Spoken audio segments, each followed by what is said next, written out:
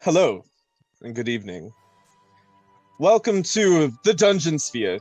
I am Dev, and I am your resident dungeon master.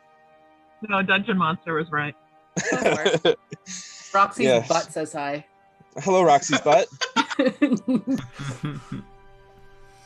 Man, she's like a little spider monkey. She's my codependent cat. If I let her, she'd stay like this all the time. You know what? Same. If I were a cat, that's exactly what I would be doing. Picking up on the conversation you guys just missed. Oh my god. Hello. Welcome. So, do you want to know what happened last time? Who wants to know what happened last time? Yes, Okay. please, I forgot. I'd like a refresher. Last time, they went frog hunting. Except this frog was no mere mortal frog. It was a frog-hemoth. A behemoth of a frog.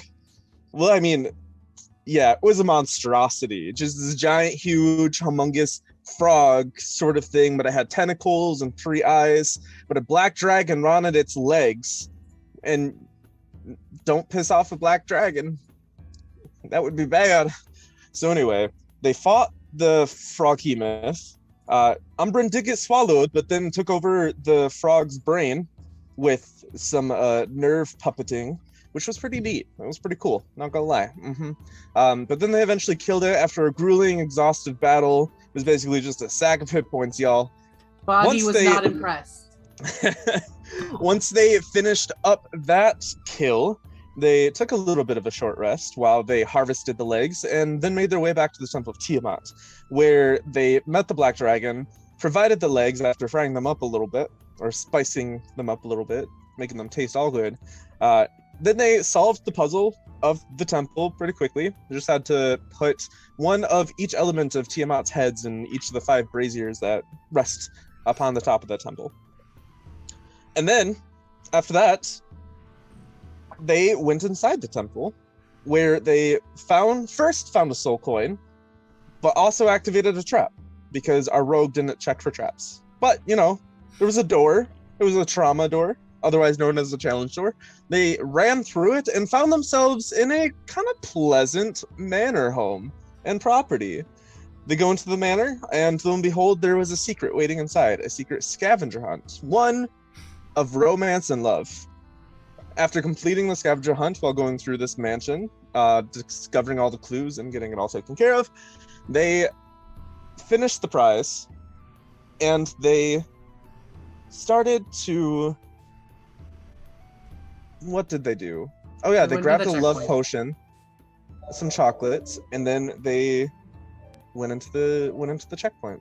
And so we're going to start this episode by all of you stumbling through this checkpoint, the same entrance that you came in earlier with the map to the side, and ready for whatever you want to do. It's later in the day, as we established. I think I said around like 7:30, 8, pretty later in the evening, so I think it's about time to take a long rest.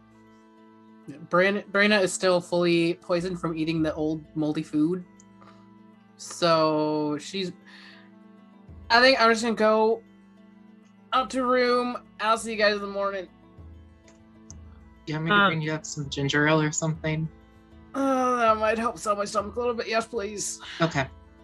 As we walk into the tavern, Umbrin's gonna grab Kanari's hand and cast a message to her. You have to keep this a secret. No one can know I'm defected. It will ruin Lord Sildornia's life. You slipped up earlier, but please, Kanari, no one can know.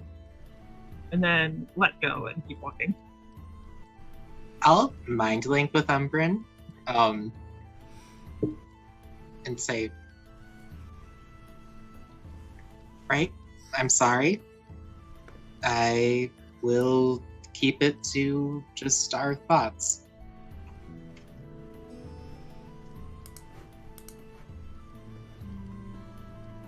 All right. So before you is the checkpoint.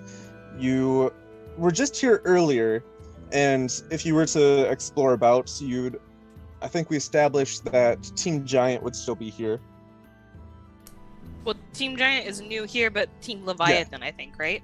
Yeah, and Team Leviathan is also still here because they just came this morning. So you return to the checkpoint. Everything seems to be quiet, calm. The sounds of the waves lapping against the shoreline, a calming rhythmic pattern to it. The seagulls chirping, well, cawing. Seagulls don't really chirp. And just the calm, relaxing nature of the beach surrounds you. What would you like to do? Not go to the beach after last time, let me tell you. Oh wait, that's a lie. I think Moxie would probably head over to the beach man to grab some crab, and then head back to the bar and Umbrin was going to stake out the beach at night while everyone else rested, just to watch and make sure that nothing was going to come up, and if anything did, he could run and grab his friends. Oh. You get a greeting from the kiosk man, the ghostly spectral entity that's behind this counter and had provided you with refreshments and stuff before. He doesn't really mention anything about like, oh, welcome back. He just kind of is like, yep, here you go. Sweet. I'll wave at Moxie as she leaves and then sit down in the sand to just watch the water. When I go back to the bar, is Team Giant at all like receptive of having an extra friend, or are they all kind of standoffish? I don't remember. If you were to go up to them, well, they're not going to like stand up as you approach them and be like, you can't come Can't this sit way. with us. You're Yeah. not wearing pink. Yeah. So It's a Wednesday. you enter the tavern and only 3 members of Team Giant are there. None of Team Leviathan. They seem to have dispersed. But yeah, just 3. Male Goliath, female Goliath, and another female Goliath. All just large, bulky, bald heads, no eyebrows.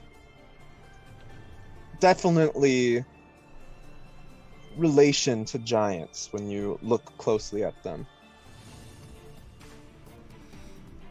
You approach them? Yeah, Moxie would kind of go up to them and be like, crab anyone? They all Sure. turn and look at you, and they just stare. Okay, well then she'll go to a different table. She's not gonna try too hard. Yep, when you sit down, a spectral barmaid comes up and asks, is there anything you would like? Yeah, can I get some ale? 2 copper pieces. Okay. And then moments later, she'll bring you back the ale.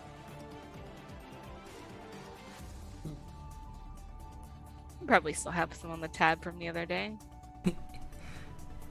I assume Moxie sit next to Rexel, who's just sitting at a table tinkering with sword, and just goes, "Oh, no." Yeah. She's like, okay, well, at least someone wants to eat it.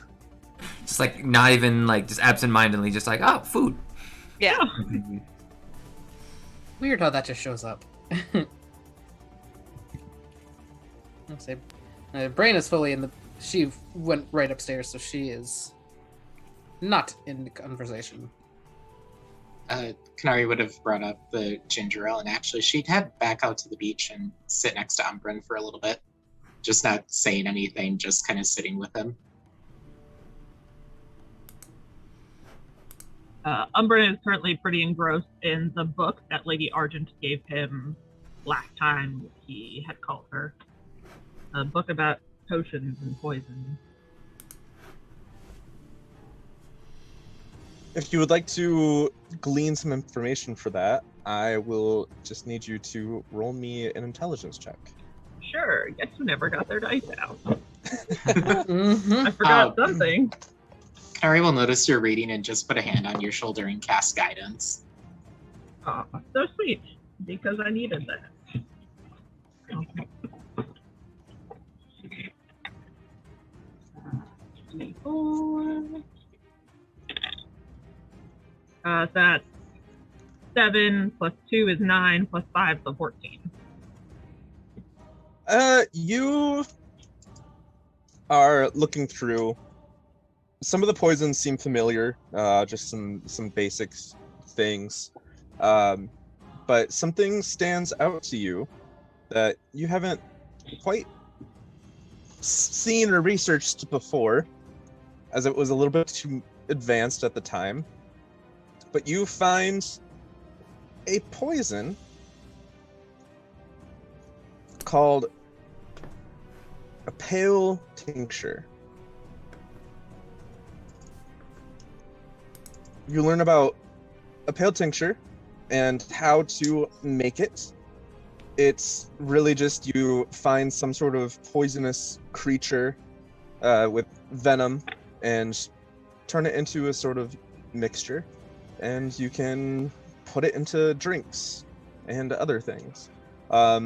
You do know that if you were to poison somebody with this, until they are unpoisoned, which they make saving throws at the end of every 24 hours for it, they cannot heal any hit points. They cannot be healed by any means. And then you find another one called a torpor. It's also ingested, and it can also poison a creature, and if a creature is poisoned by this, they're incapacitated. This one seems to be a little bit harder to make. It seems as though you need some sort of creature, beast or otherwise, that has the ability to paralyze or stun or something like that.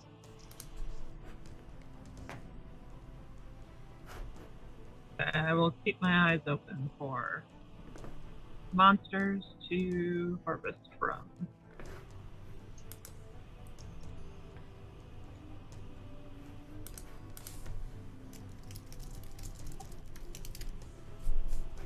I think Canary will, maybe after like 30 minutes of just kind of sitting in the silence, taking in the waves, will Mind Link. I think Mind Link is still active with Umbren. And just say, are you not supposed to have feelings? No. Would you want a automated killer made only to murder to feel sadness and regret? To feel pity? Not what assassins are supposed to do. But you're more than an assassin. Well, I wasn't supposed to be. I'm a failure on almost all accounts. I know you guys don't think that, and I appreciate it, but I'm not doing what I was supposed to do. You're in the dungeon sphere, though. Not You're supposed still to be in the here. dungeon sphere. You're not? I convinced Lord Thilronia to let me enter. I thought he was on board with it. He is, because I made him. He would have rather kept me a secret from the world until I was what he had wanted. But after hearing about powerful magic, the wish at the end of the dungeon sphere, I wanted it. So I convinced him now was the right time to unveil me to the world. But the longer I'm here, the more I think that was a bad idea. I shouldn't have done it.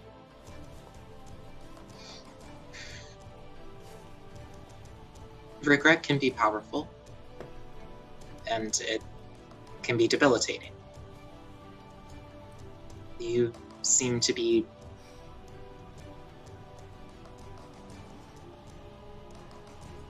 I think the more concerned you are about this, the more likely you'll withdraw and just go into yourself. And that has never seemed to be the right solution to anything, at least when it comes to your feelings.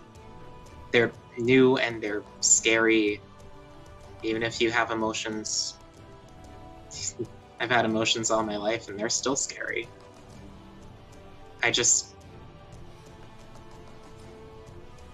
It's better to talk about it than just push them down.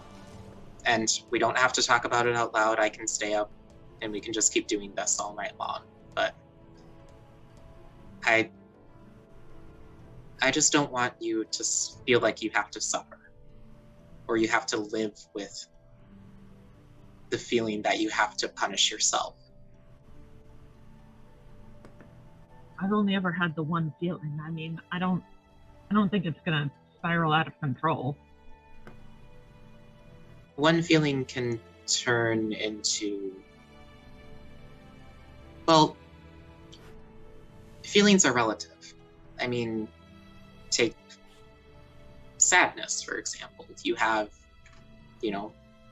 maybe a fleeting kind of moment of sadness or pity, then you have true sadness that stays with you. You have grief, and then you have depression. They're all classified within sadness, but there are these varying levels of feeling.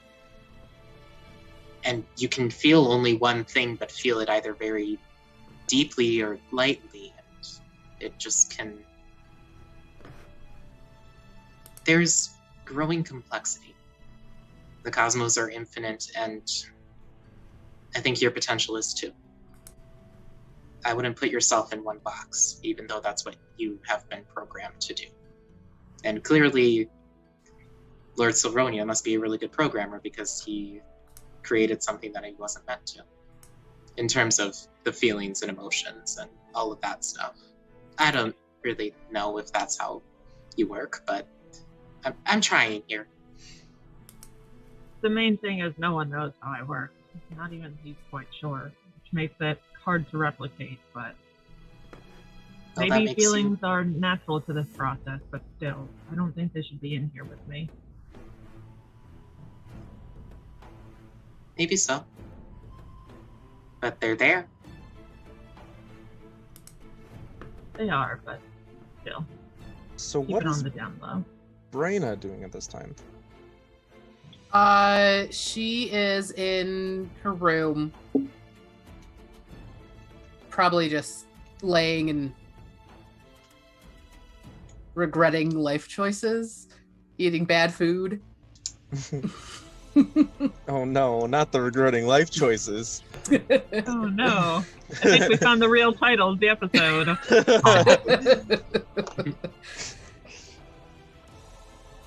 Axel Yeah. and Moxie.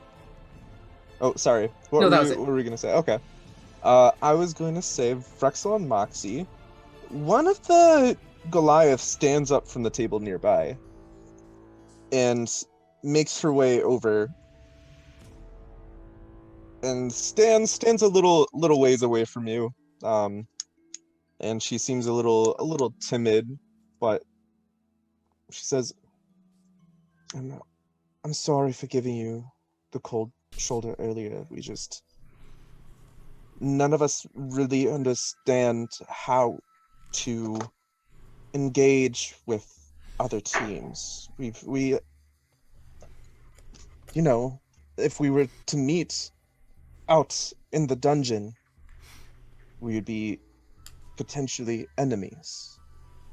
But since we meet in here, are we still enemies? Are we friends? My people are not ones to suspend belief enough to be able to forget what happens out there.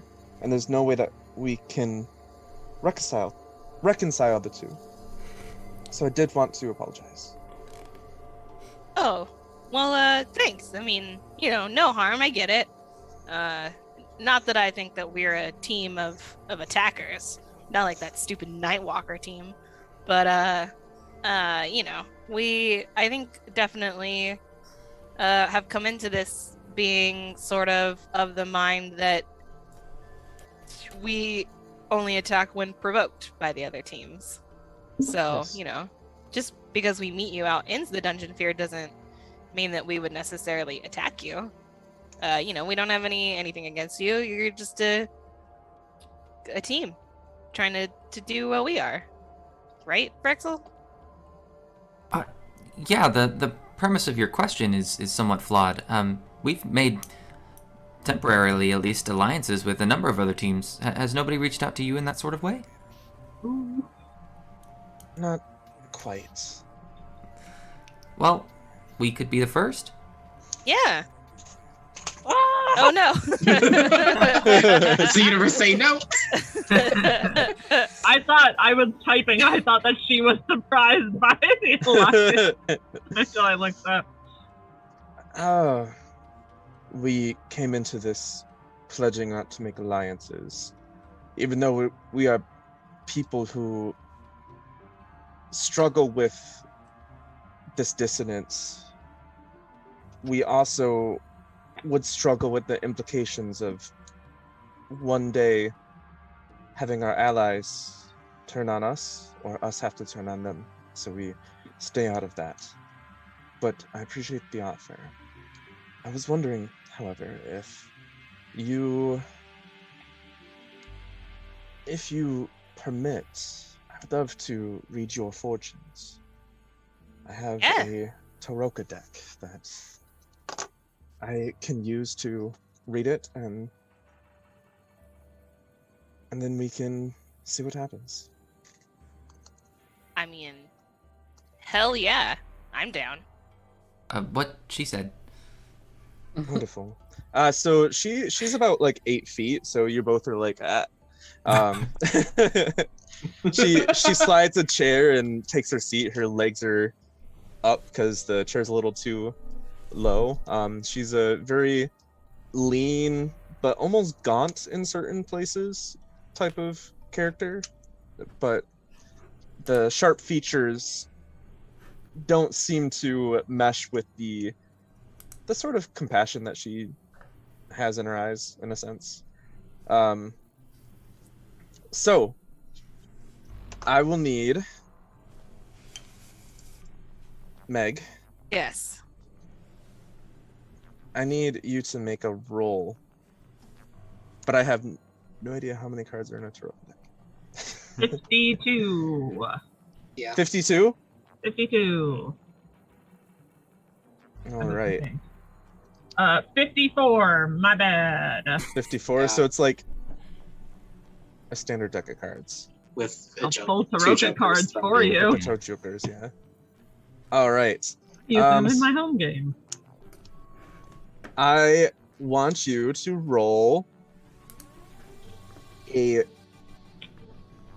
First, she's going to shuffle, and then she's going to split the deck into 2. And she's going to say, 2 paths lie before you, two potentialities. Splitting of the deck separates those realities via choice. And this Ooh. helps give insight into the fate that lies ahead for you. So, pick which deck you would like to take off of. The left or the right from your position. And Moxie like thinks about it and like goes to point at one and then like stops and then like the right. The right one. Okay, roll me a d4. A 3. All right. And then roll me a d10. I have one of those out. A 7. All right. She pulls the card up and she reads it. The Illusionist. I see. The Illusionist is one of stars. One of the red suits. One of stars. And when the Illusionist appears, it usually stands for lies, deceit, or conspiracies. So, there's potential that someone is deceiving you. And because it's an illusionist, it's not just a simple deception. There's something more to it, more behind it. It's not a simple malice either.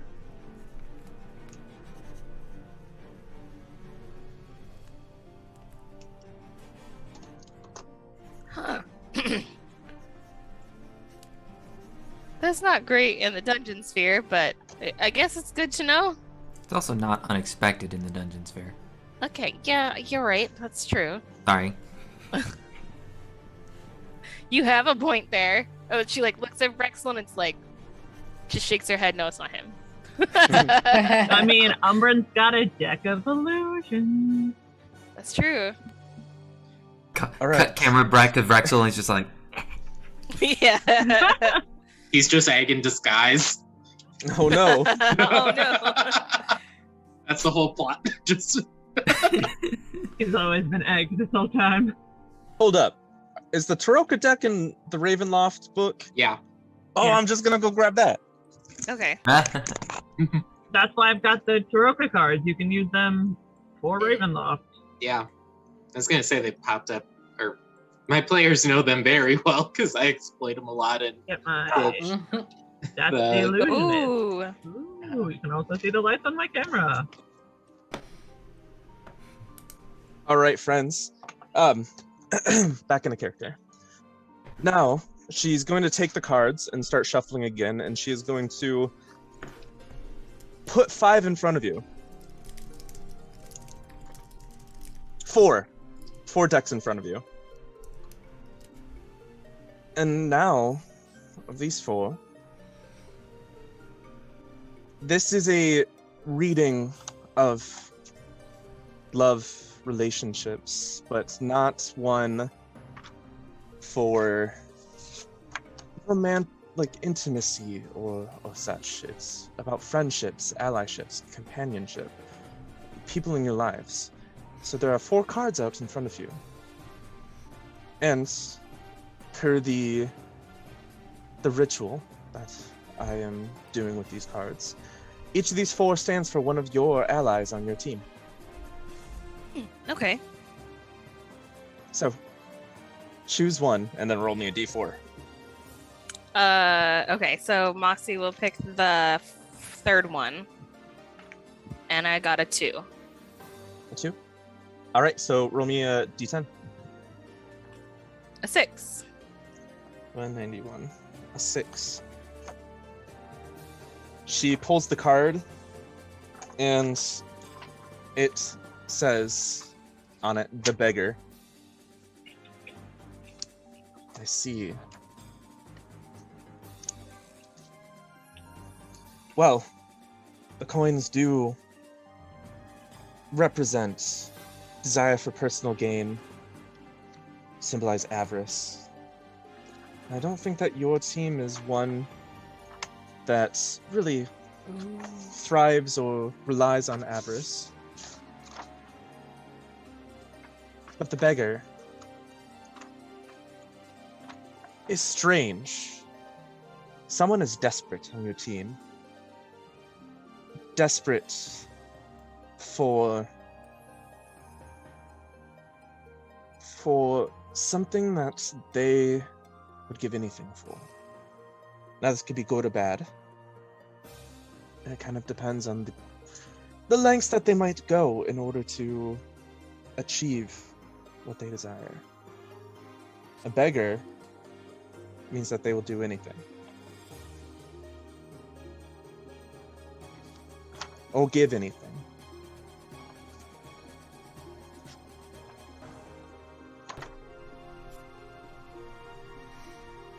Huh. Are there actual like descriptions of each cards in this? I just gotta keep making it up. There's a link that I can send you that I Okay. for them. I'm just kind of making it up. It works, but I just wanted like a little bit of a something. I can handle it. I just need to move it here. Just All right. Now, finally, is the how do I best explain this to this is the death read. Does not mean I'm going to tell you how you die. It is going to tell you what you need to look out for in the coming events and time. And so, go ahead and draw from these 3 piles. Do I just choose one of the piles, or I just draw like a card from them? Yeah, you get to choose of the 3. Oh, let's go The with 3 pile 1. represents mind, soul, and body. Oh, let's go with the soul pile then. All right, wonderful. Roll me a d4, and then a d10. I got a 1. Okay.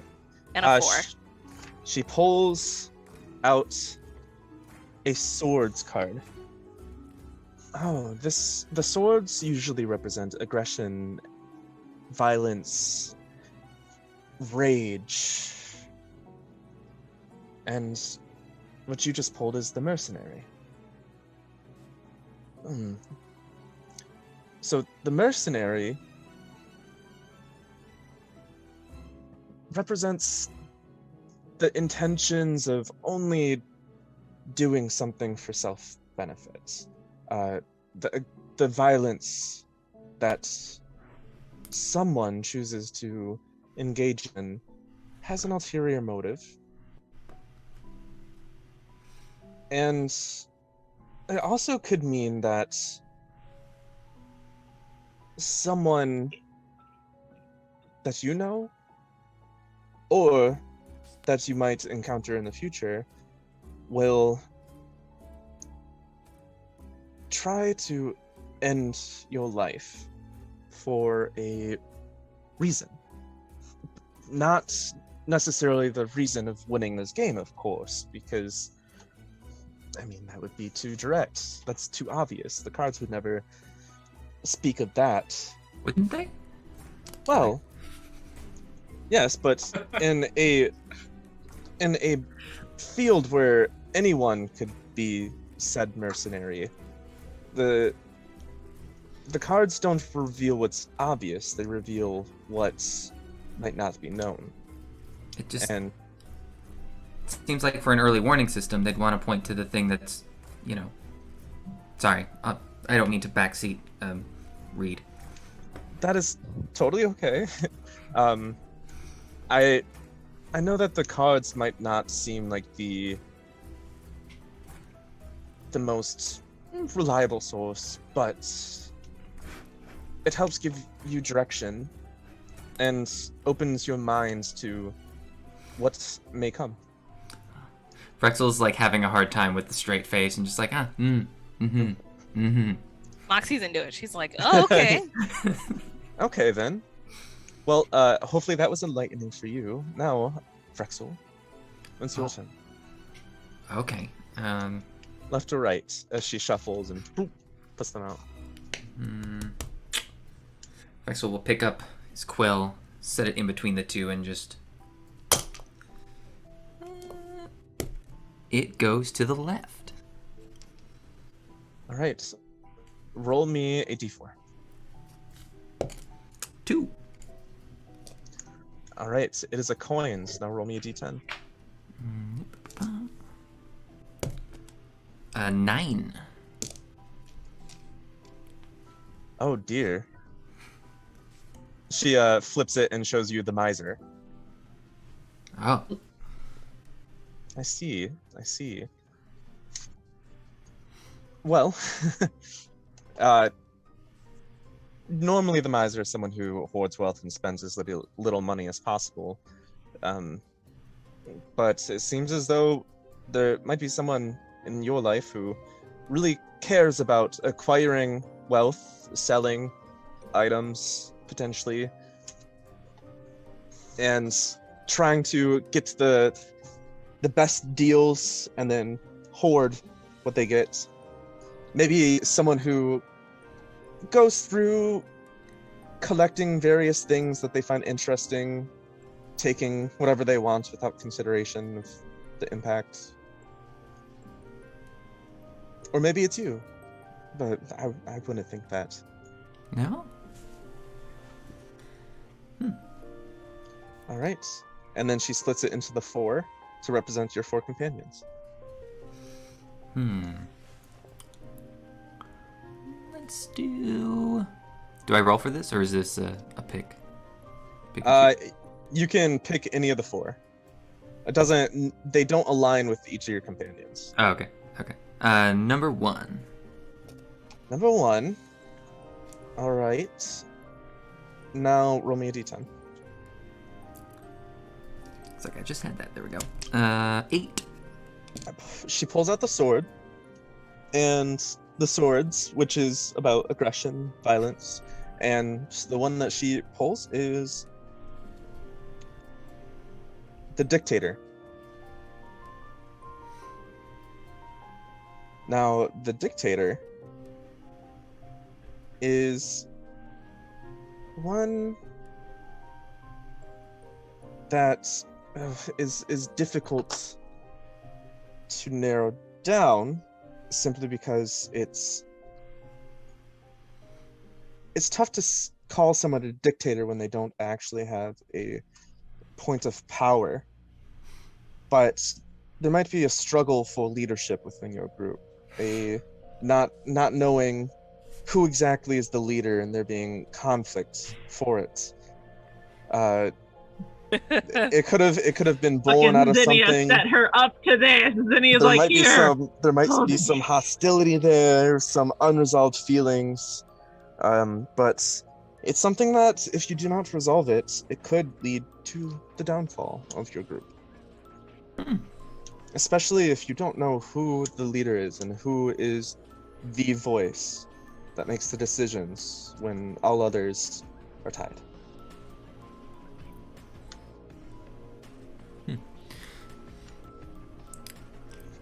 Okay. That's good advice. That's good to know. Oh man, you guys are so lucky Umbrid's not there. He would have gotten us kicked out of the tavern. Would have gotten us fucking kicked out of the checkpoint. And then now, the death draw.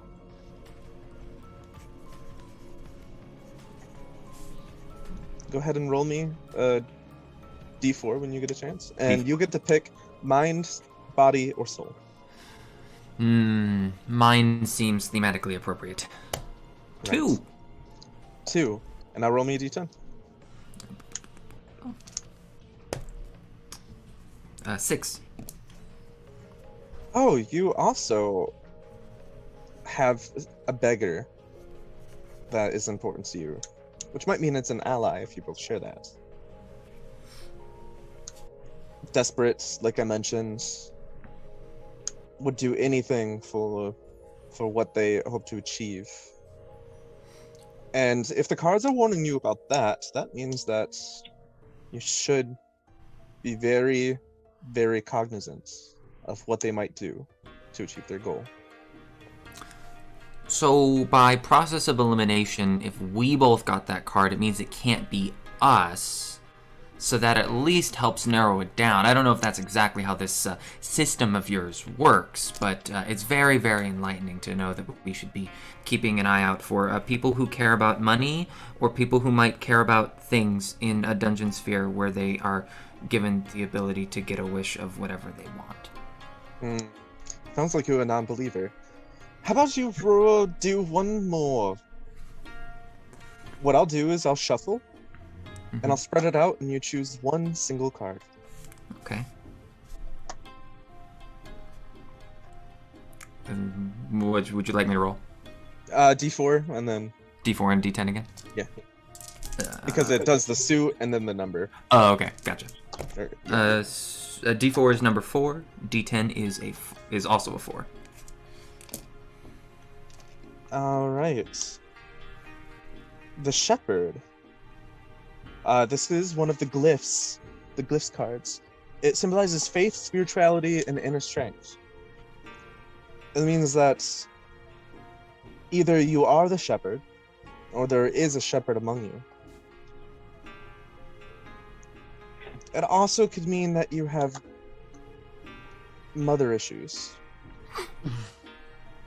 As she, or parents in general, as they were meant to be your shepherd, but your relationship with them might be rocky.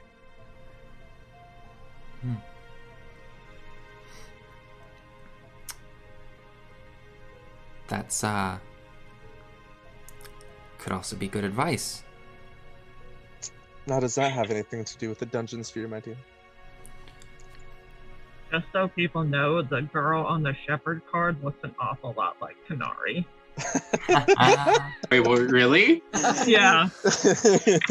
Hold up. I just shuffled it back into the deck, but let me pull it back out. Like, I the need to healer see- looks a lot like Kanari, and the shepherd looks a lot like Kanari. I'm the mommy issues you all dreamed about. Jesus. So, thanks for indulging me in this little ritual. I will now leave you and hope that. Like, she's got the little hair bun. It's hard to see with my back camera. Oh, She's yeah. got the Yeah. little hair buns Oh, and that's the weird. robe. Yeah. I hope for your success in the dungeon sphere, as long as it doesn't impede upon ours. Same to you. Thanks. Yeah, You're welcome. thanks. And if we were to meet out in the dungeon sphere, please indulge me in a fight to the death, so we can see who is stronger and mightier, and who will come out on top. Yeah, Do I your mean, I cards guess tell you that too? Sorry. that's what you want. No, your weak constitutions tell me that we will win. And then she puts her hand across her chest and then bows and then starts walking away. How would she know my constitution is weak? I don't think it's weak. I have an 18! Your Weak and constitution- compared to me, of course, she says as she leaves. Your constitution is wonderful. Thank you. That's what I thought. I even ate that disgusting sandwich and didn't throw up, so. All a bunch of hullabaloo trying to get in our heads. Don't let it get to you. Alright, Braina, Yep. are you still in your room? Yeah, I think so. And Umbrin and Kanari. Oh, I'll get a wait. Umbrin and Kanari. What are you up to? Still being emo on the beach? If you consider reading. I do. That's very emo. Who reads? Oh. Unless you got like some sort of darkness inside you. Kanari, I think, would kind of after their conversation dies down, I think Kanari would stand up unceremoniously and just kind of walk back into the tavern. She has to call her parents because her dad said he'd get her those scrolls about the Quorai Mhm. The next time that they talked. So I think she'd Umbrin probably. would have kind of urged Tanari to go back to the tavern to get some rest. That he would stay here and watch the beach in case anything else came. Kanari would nod, and yeah, she'd head back into the scrying rooms to talk to her parents. You head to the Scryermere rooms, and you do the same sort of thing that you always do. You go and you touch the view screen, and it lights up. And in the kitchen of your home is your mother and father. They appear to be having a nice sit down for tea. They turn. Oh, it's Kanari. This is very Hi. soon. We ended up.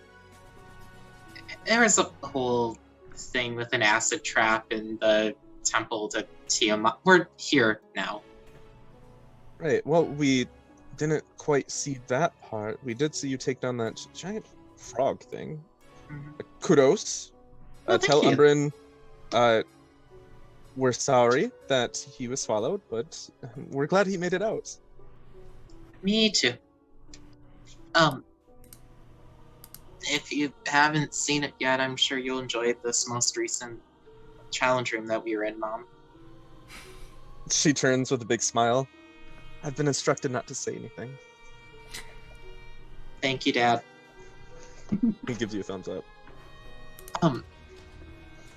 And I know it was sooner than you expected, but did you get those scrolls? I did. Remind me what the scrolls were for. It was. I gotta go back in my notes. Basically, there were old Ori, like ancient texts about the. It was.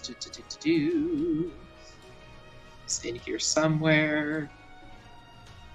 Well, one of What the things that episode? I found out was possessing you isn't enough. Once they possess you, they will most likely make you slit your throat or something, and then your blood will be used as the ingredients to unlocking the gate to the Dreaming Dark. Oh, okay. Well, thank you for telling me, so I don't have to find out while I'm reading it. And also, your protector, the one of light, is not just there to protect you, but also to kill you if you do get possessed.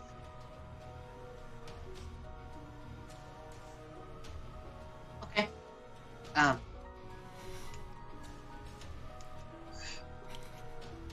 Can you send me those scrolls? Yeah, Just yeah, I can. Sorry, we haven't been sleeping well lately. you and me both. And he goes to off screen to grab some scrolls, and your mom takes a sip of tea.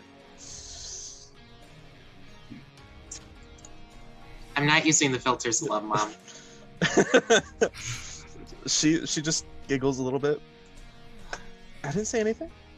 You didn't say anything, but the way you drink your tea definitely says something. Well, I can't lie. It was quite an exciting prospect. But I'm starting to believe that Frexel only cares for his inventions anyway. But wouldn't it be so romantic for you to just win his heart? For him, he's constantly distracted by all these tinkering trinkets and whatnot. What if one day you catch his eye and suddenly his world opens up to not just his inventions, but also to... And then your dad walks in and says, "What did we say? What did we say? She hates you talking about this." I brought it up. That was me. She had a look. She sips her tea again. Here, he presses some runes on the screen, and then it flashes, and then the actual scrolls materialize in front of you. There's 3 of them. I hope these find you well. They do. I'll read them tonight. I know you. I trust, everything you said is in there. Maybe I can find something else.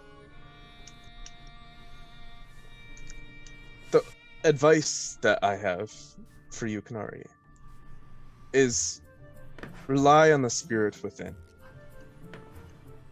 There are many people we can trust in the world, but for us, the Kalishtar race, we always have someone that is there that we can rely on for guidance, for company.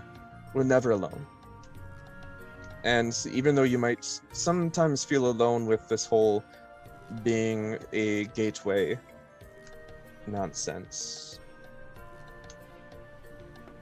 remember that it's not just you, it is also the spirit within. 2 and 1 makes us stronger than 1. I will certainly keep all of that in mind. Thanks, Dad. You're welcome. Okay, I should go get some sleep. It's late. It is. We were thinking about calling it a night soon anyway. Okay. Well, I hope you sleep well. We'll try. Miss you both. I miss you too. You're perfect, Kanari. Goodbye. No, not. Bye, Mom. Bye, Dad.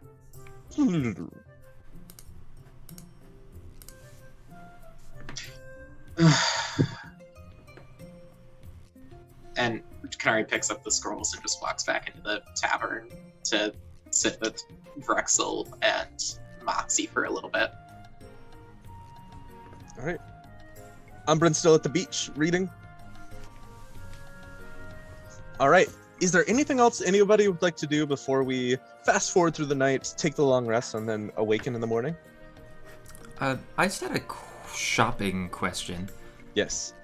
The Artificer's lightning launcher, is that a weapon that I could get the +1 enchantment added onto, or is that not how that works? That is not something that this person would be capable of. Okay, I didn't know.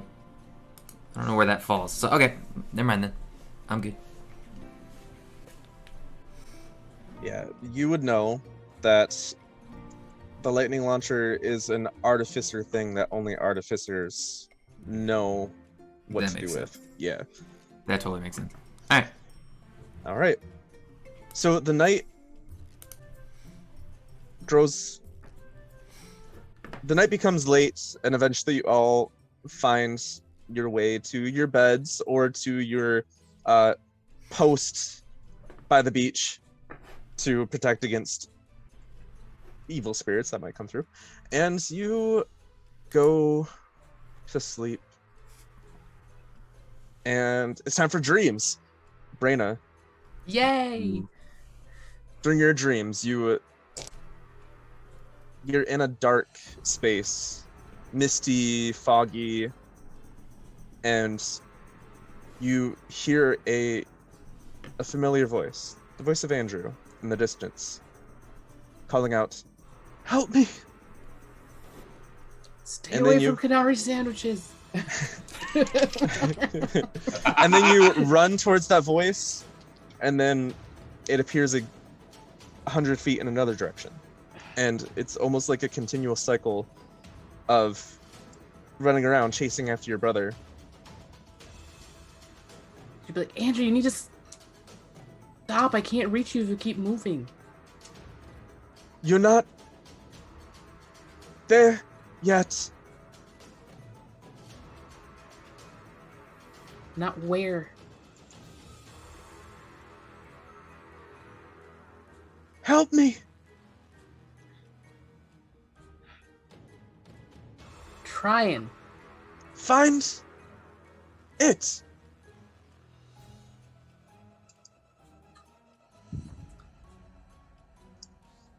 There need to be more specific, Andrew. I don't know what it is. And suddenly you're chasing after him, and then the fog kind of breaks, and you see your cousin, Scorndon. He's sitting on a scryer mirror, talking to his family, and you hear him warning them about the boyfriend of his sister, and saying that if you need to take her away. I can't tell you why, but I have a reliable source that says you must take her away. She will get all better once you do. And you hear voices on the other side, nothing that you can make out, but okay, good. Just trust me on this, and thank you. Also, Braina is doing well. It was very nice to see her again, but something seems off. I don't know what to do, but I'll try to be there for her.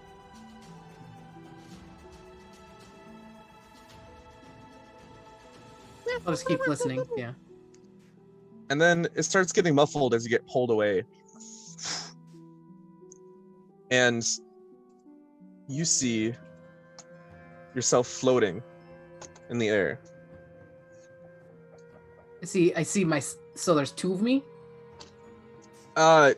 You see like below, you're floating around, Okay. And below you there seems to be some fog and some mist, kind of like what you were just walking around, but you hear the splashing of waves.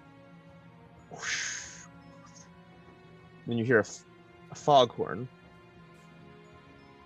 And you see water below you. And then a ship passing by, sort of like a pirate ship. And you hear Andrew's voice, "Find it!" And then you wake up in a cold sweat, breathing heavily as you snap back to reality. Pretty sure I just like yak up the remains of the sandwich. Yeah. Maybe the sandwich is showing you the future. Showing you the way. Oh, that was weird. Yeah.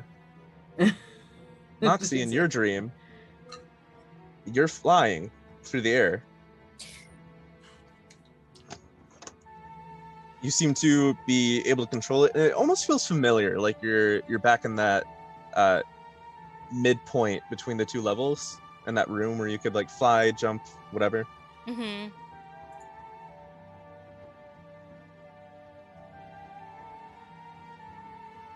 And then you go through some clouds and you see something glowing. So you think, oh, that's interesting, and so you fly that way. And then you see this glowing being in front of you. It almost seems to be made of pure light. And it has large wings, and it's almost too hard to look at.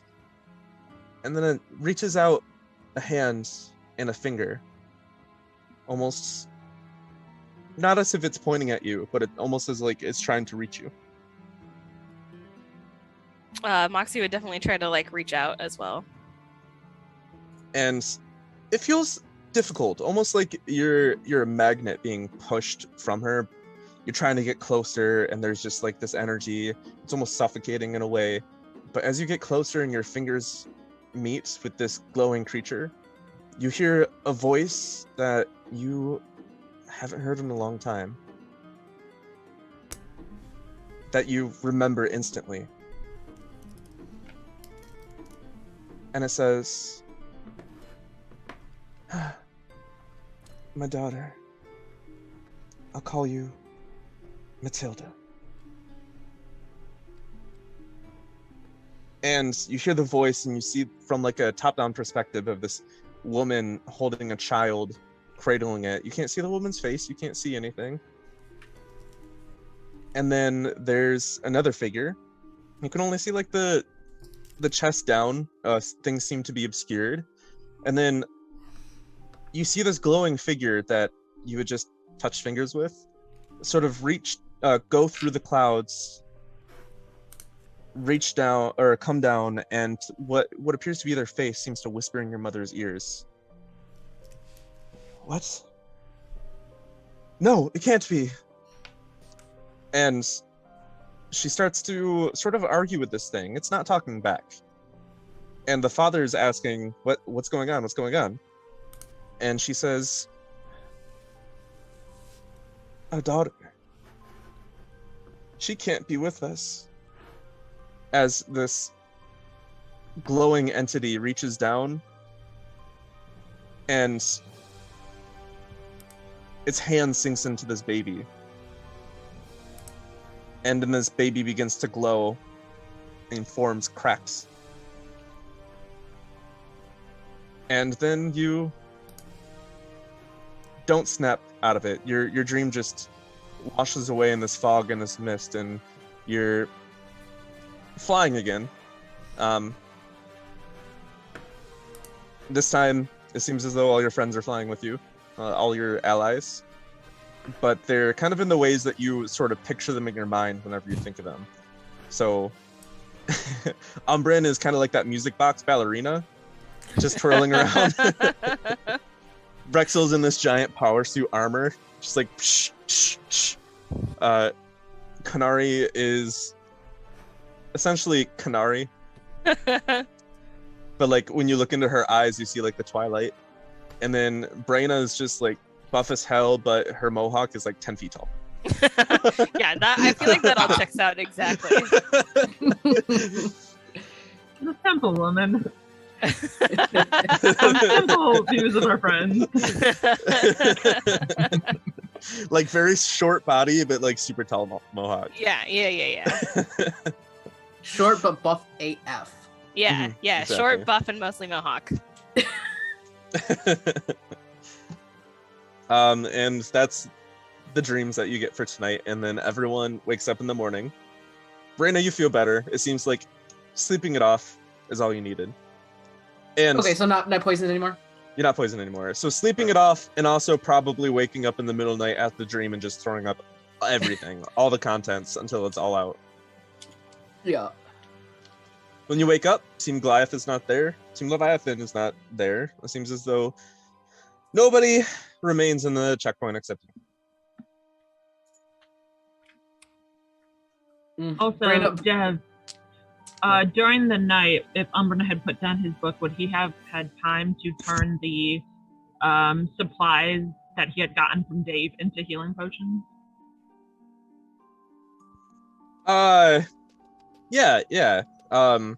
So during any long rest, you can use 2 hours of it to do certain things. And so you'll spend a portion of that trying to create healing potions.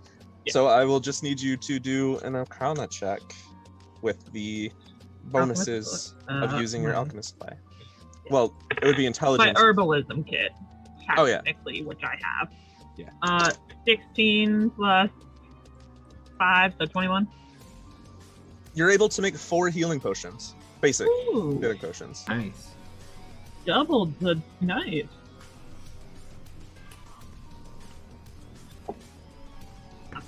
That was the only thing I had. Sorry. Mhm. Go ahead, Brenna. Brandon will probably be like the first one up because went to sleep early and then obstructed everything and then was feeling better, so she's probably first one up. And You just giant feel pile of meat. empty. So you're like, yeah, I was She needs- sick, but also it's really cool that like I just have all this space in here now to just consume everything. Mhm. She has. she fully pulls a Ron Swanson. All the bacon and eggs you have. I don't think you heard me. All the bacon and eggs you have. They don't question it. They give you a strange look, but yeah. So you get just a table full of meats, just Mhm. plate after plate. There's no space for anybody else's food at the table, but everyone else might just join you and eat their share if you let them. No. We have to get our own No. bacon and eggs. So Brenna's there at are one no table. more bacon and eggs. She got them all. Yeah, It's that's what I true. say. Once you ask for bacon and eggs, to be like, sorry, miss, she took the last. Yeah. Okay. Mhm. Well, Moxie would then order sausage and potatoes and No sausage. She has them over there. oh god. Okay, can I just get like all of 7 potatoes? Like just all the hash browns? Not all of them. I don't need as many, but like a bunch of hash browns, like a pile of hash browns. Pile of hash browns coming up. And Moxie would also like to pop into the Scryer things really quick just to see if Hawking has gotten some of those like Eldath things that I think I asked him about.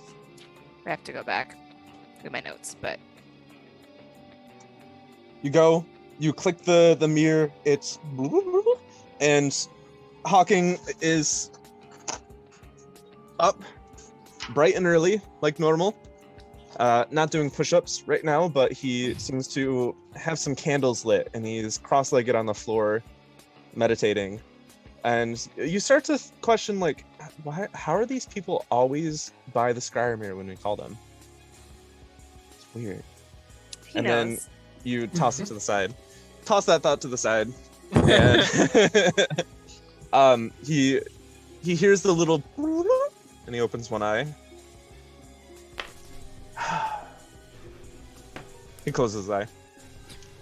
Well, that's rude. You have my information yet? I'll keep it Things short. up. Yes, I have your information. Can you send it to me? Can you tell me it? Whatever works. Just Did you find it in your notes yet? oh, in my notes? Yeah, I forgot what if there was any specifics, or if he was just gonna like start asking more about Eldath. Oh, I think he was just gonna start asking. I think that I have like terrible notes for that day. He clears his throat. He doesn't open his eyes when he's saying this. Well, my dear, Eldath is a deity of peace, like I mentioned earlier. and you can... You're not quite the pacifist in which you will never fight, but an Eldath follower swears to only use violence when necessary. Oh, I think it was. So I think it was specifically about like why the book might be glowing for her, and then the ASMR thing. In terms of the book itself, it appears as though it's a type of divine magic. Asking about it, it seems as though there are 3 of these books in existence. And you have found one of the books of Eldath, and they each come with their own mystical properties. But you must first entirely devote yourself to her to be able to access them. Is there like some like ritual or something I have to do for that, or just like tell the book, like be like I promise book? From what I've heard, it will respond to your heart. Once you have made that decision with your heart and not with your mind, then it will show its true self to you. Okay. It's almost like a test, but you're terrible at tests, so...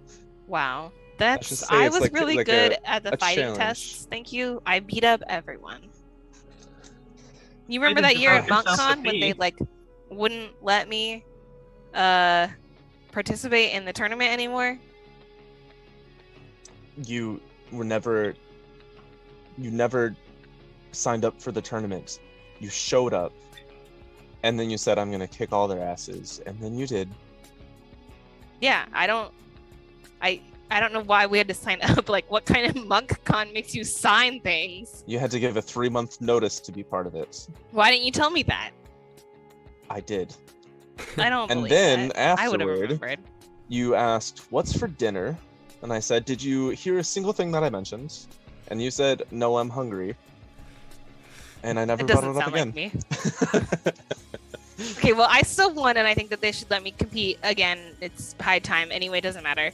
Well, you know, the MonkCon is always looking for moments for publicity, so I think that they'll probably let you and then turn it into a spectacle or a stunt. Sweet. Oh, the dungeons here just keeps giving. And you asked about your Azamar self. Yeah. From what I've been watching, you've already learned how to access the radiance within. Yeah. It's a double-edged sword, though. It hurts you as well Yeah, as it does. others around you. And Okay.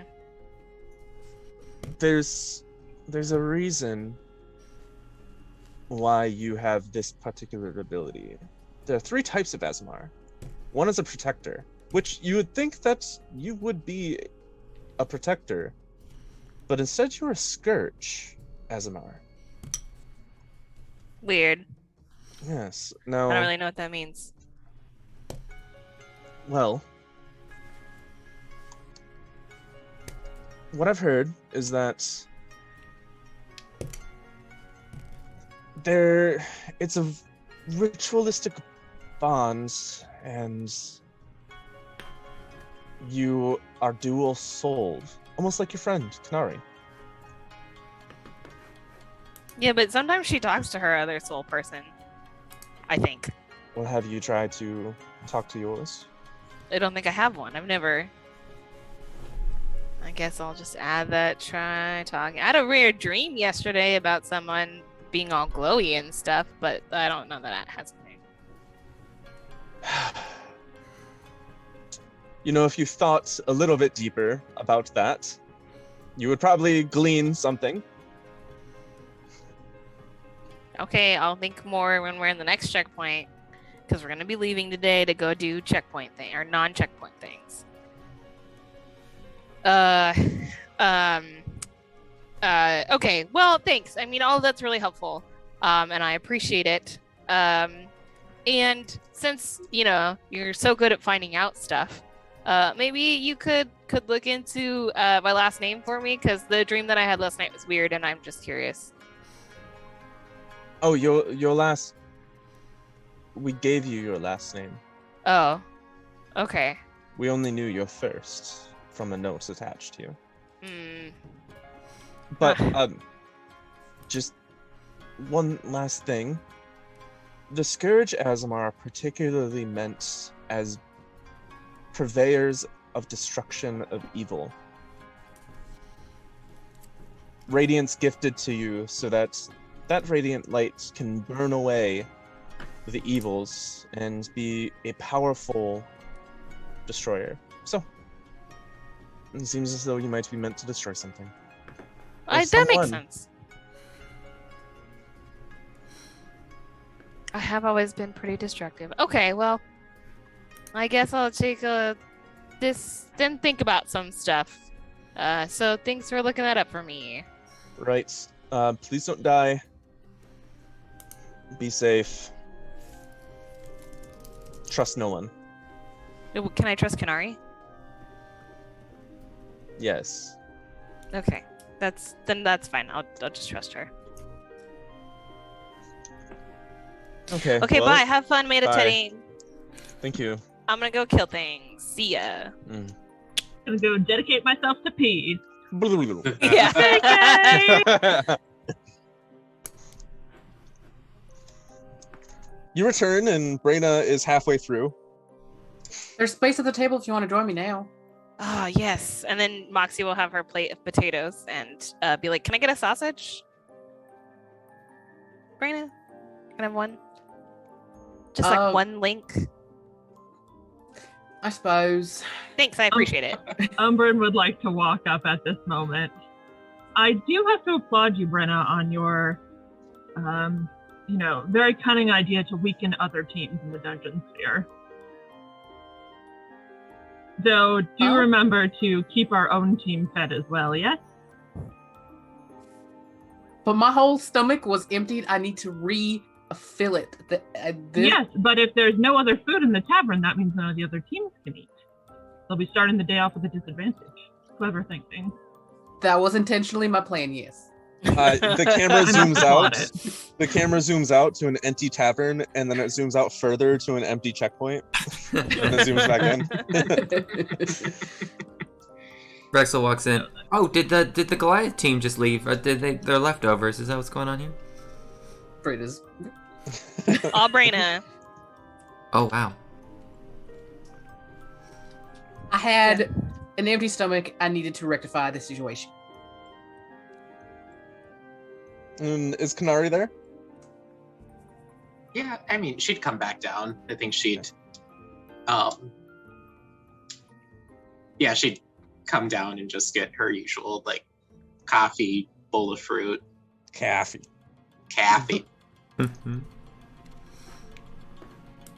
All right. So, Team Reaper, what's next? I have to go make a call, too. I know, it's the most thrilling part of the dungeon sphere. Like to apologize. You get some good character moments. I love phone call time. How else are you going to find out your fantasy parents are freaky? Some people would prefer not to know, but hey. I feel like we all learn a little bit about Moxie every time she talks to Hawking, so. That is true.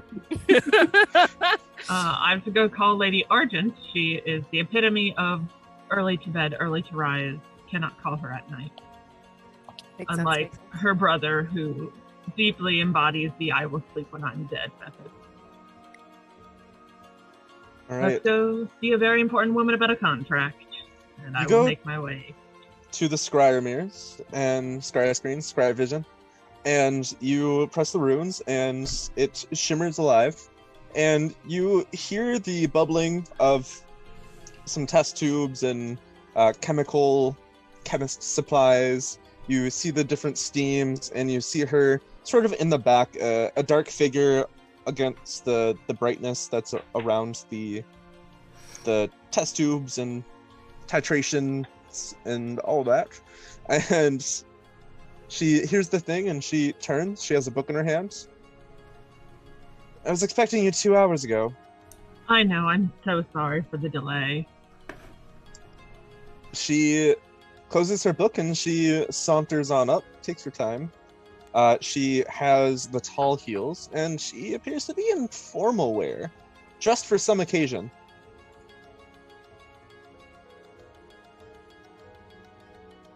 I'm assuming things have been going well outside.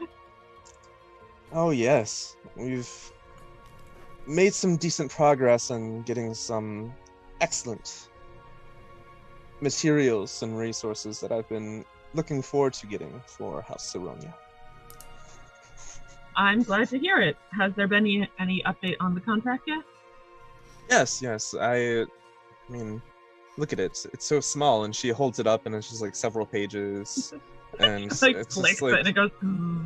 yeah. It's just like, if this was, I just read this all at tea, just made sure that I got into the details of it.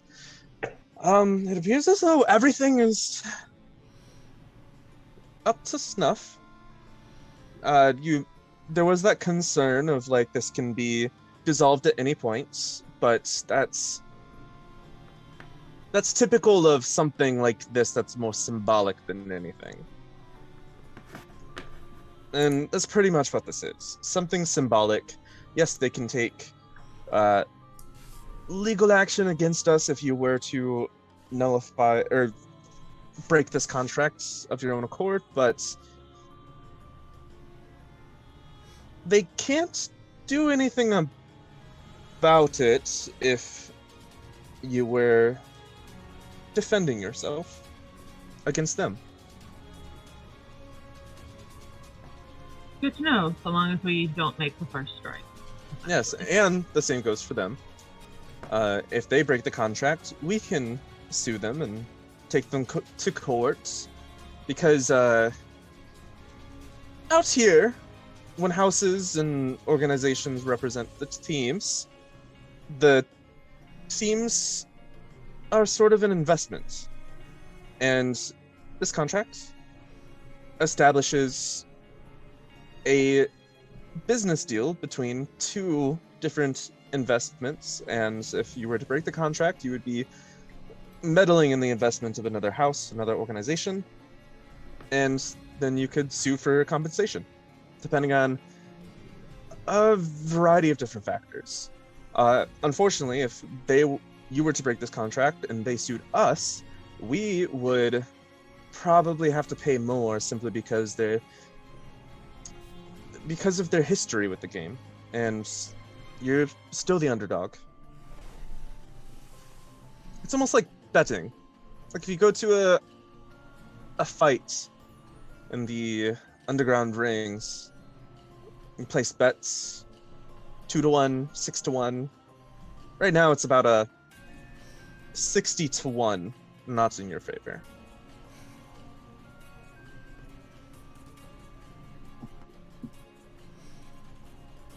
But it is clear, and you advise that we should sign it. I do believe so. I think it would be a very good strategy move to get this team on your side, especially because of the situation with Team Hydra.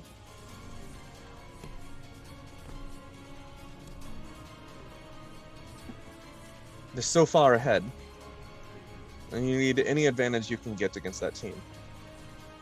They have done nothing but prevail, and I know that one of them holds a certain animosity for one of your team members. Hmm? This is news to me. You weren't aware? No. That's a little goblin. What was his name? Toast? No, Egg. Toast.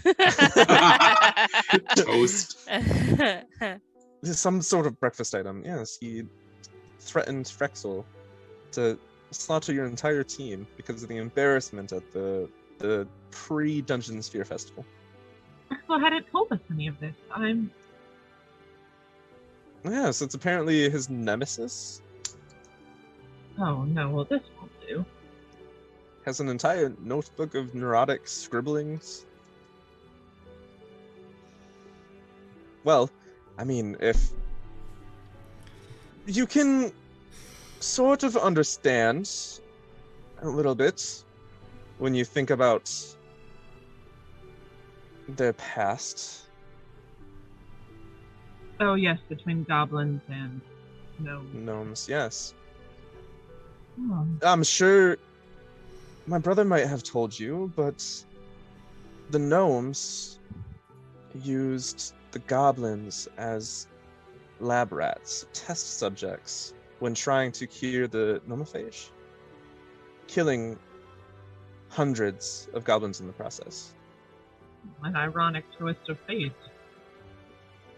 And that egg, his wish will be to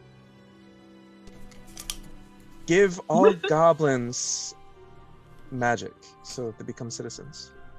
Oh.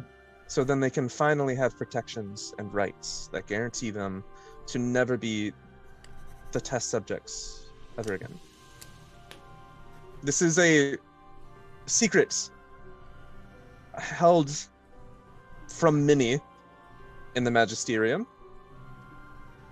So don't go spreading that around. A lot of people just want to forget that the nomophage never happened and just continue focusing on the future for the gnome people and ignore the atrocities that they committed and their self-preservation. All behind in the past. I'm sure your friend Drexel has no idea because it was done by much more secret sects of the gnome organizations and communities and such. And since he was afflicted, he wouldn't have been able to participate anyway. But All very enlightening. his mother was a scientist, I think. Actually, I don't remember. Jacob, do you have history on your parents, or was that up to me? I said that it was father had gone to the library, but mother was up in the air as far as where they'd come from before going to the library. He made airship. I know that his mother was a scientist. I've actually worked with her before. Very curious sorts. Sometimes pushed the boundaries. Who knows what she might have done in the name of curing her son.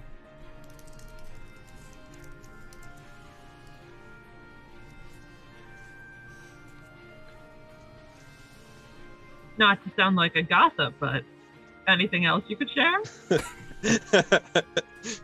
About your allies, no. I have so many things to share that I can't even cover about the other teams, but not a lot of them will actually help you in there, so I know that you wouldn't want to hear those. Have you heard anything about a precocious little gnomish woman named Zinnia, perhaps? Zinnia? Oh, she was actually in the organizations that were protesting the experiments on the goblins and doing the types of actions to try and stop their pursuits legally and sometimes diplomatically. She's pretty well respected, but oof, she has never been bested in a duel. A mage duel. Wands against wands. She isn't one to enjoy killing, but she, if you make her mad, she will not hesitate to incinerate you to ashes. Well, there'll be no fighting with Zinnia, I assure you, lest we break our contract. Yes, it would not be a good idea. Sure, she'll be a valuable ally in this endeavor. Oh, actually, there is a member of that team, Team Phoenix, that is quite intriguing. A felon released for the dungeon sphere.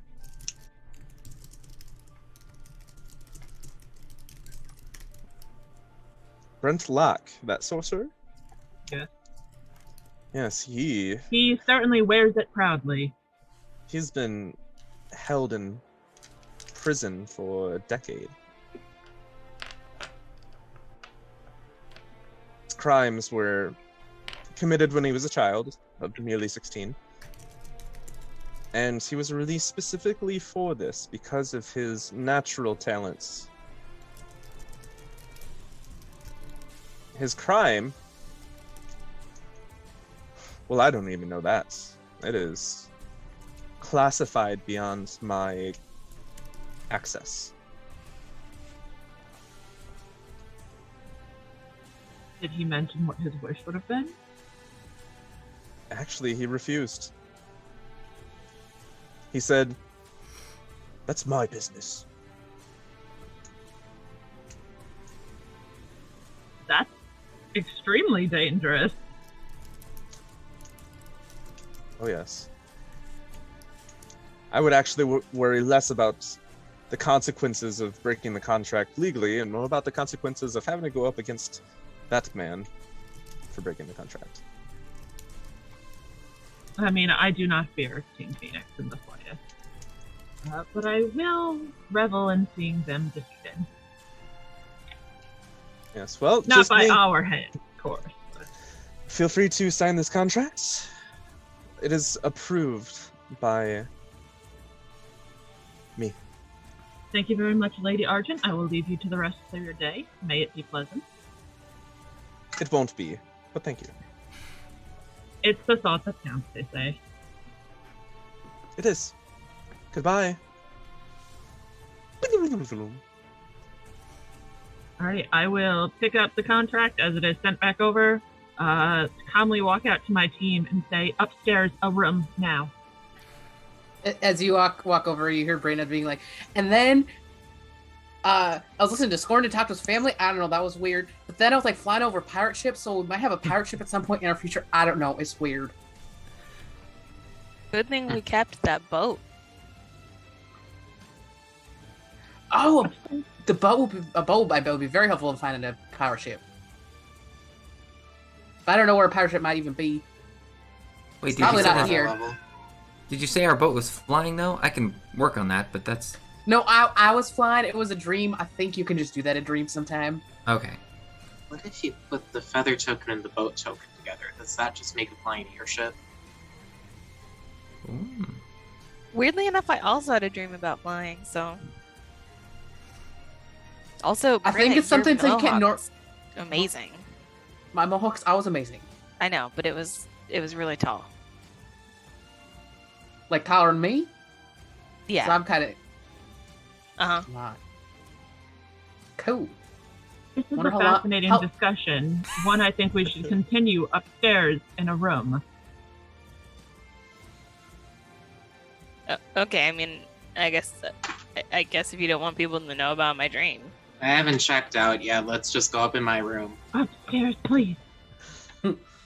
Brina has grabbed a plate and is shoving as much food. Yeah, as she can in a Kanari's single just plate. like pouring the coffee in her mouth as she's walking up the stairs. When we get upstairs, I'm going to motion for Kanari to turn on her see invisibility. It is so early in the morning. I don't think anyone else is here. People are always here, my dear. People are always here. Except in the bedrooms, bathrooms, and the Scryervision rooms. Scryervision rooms. Do we go to a Kanari, bathroom then? Are we good? Oh, the bedrooms are, yeah. You go into Kanari's bedroom, Mm. shutting the door, and as you cast the invisibility, you look around. There's no Scryer I orbs. don't cast it. Oh, you don't? Okay. No, Kanari would know. It's the bedroom. It's what Oh, yeah. this is. There's, It's. yeah. I mean, there's a breach of security earlier, but like, we should all be a little more conscious of what we're saying to the entirety of the Magisterium, I feel. We are bearing our souls and our dreams in front of millions, and that is a bad idea. it's Such a also bad what gets us idea. sponsors. It is such a bad idea. remember how Team Phoenix knew a very suspicious amount about all of us? Because they have people outside watching the show. Yeah, and my mom watches 24/7 and could probably tell us the same amount of information. We should all be a little more conscious about what we're saying. Okay. In general. I'll hail the team leader.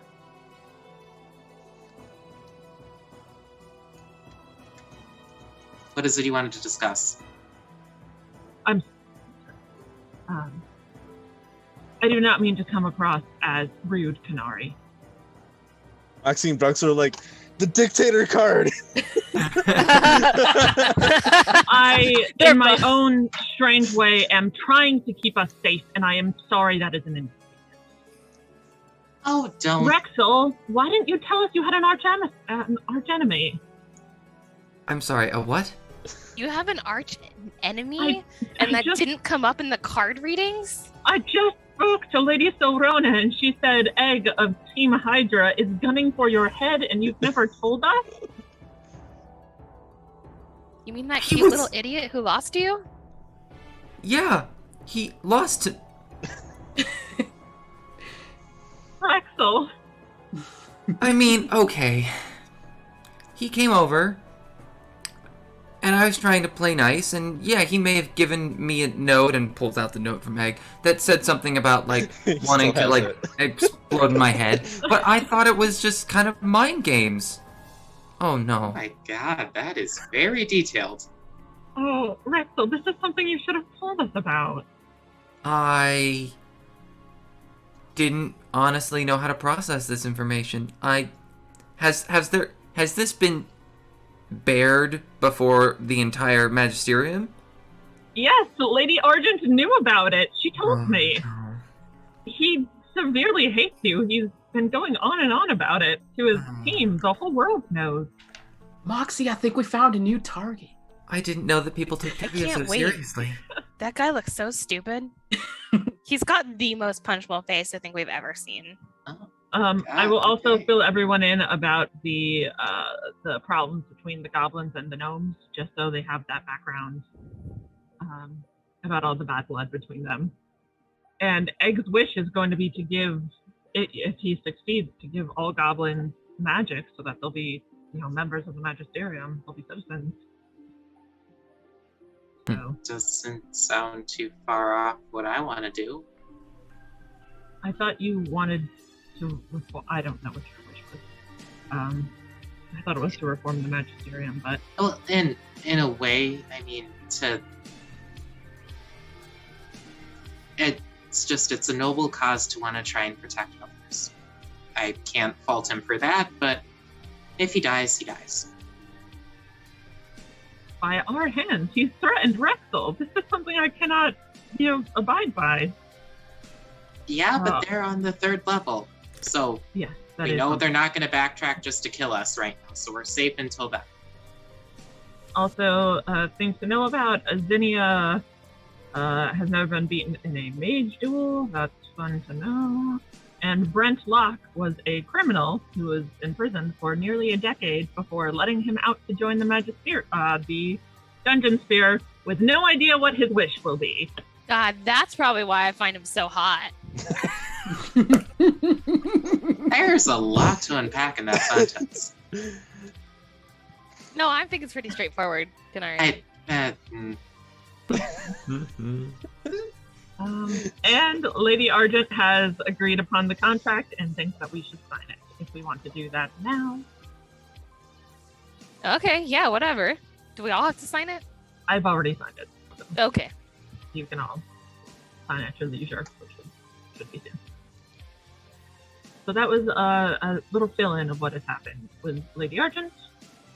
She has been watching the Dungeon Sphere, which is nice to know, and something's going to be happening today. Not sure what. In the Huh, sphere? well. No, out in the real world. There's always something happening, but probably something big if she was getting dressed up. Most likely. So, is there anything else you would all like to discuss before you decide to leave and head back out into the sphere. The haunted land. Just do a little, and we're done with this contract. We don't need to worry about it anymore. I don't know if we have to give it to Team Phoenix. Once the last name is signed on the contract, it lights ablaze. And Classic Phoenix. disappears in your hands. Harmless flames. Alright, suppose that was all. So we heading to the circus then? Yeah. So, as you head out, are you selecting Tiamat's temple? Or are you selecting... I think the Morden one was the Morden's. closest, wasn't it? No, it was not. Well, the closest that we have access to. It was the temple. I did want to test a theory. There are not enough temples in the dungeon sphere to provide a coin for every team to move on. But it seems very early on to be spinning out the numbers at such a significant rate. Do coins reappear in temples? If they do, we've already gotten the Temple of Tiamat. We could head back and see if another coin has populated. If it has, then we're only one away. Well, we think... There is a chance it has not reset yet, and we will be teleporting into a giant vat of acid. Well, we already got the one. We already got the one at Morden too. We could go there, and that one's isn't that closer to the circus, anyways? No, it is not. Morden is on the other side of the mountain. Oh. But it's Tiamat safer. is on the same side. But it is safer, and also it's Morden. Technically, but it will take longer. Well, Do we it want doesn't... to send one person through the door, and then the rest of you can select Morden, and I'll simply just wait for y'all to arrive? That seems like a recipe for disaster. It could be. But if that does happen, the coins do repopulate. We don't even need to go to the circus. We'd have all the coins. We just need one more.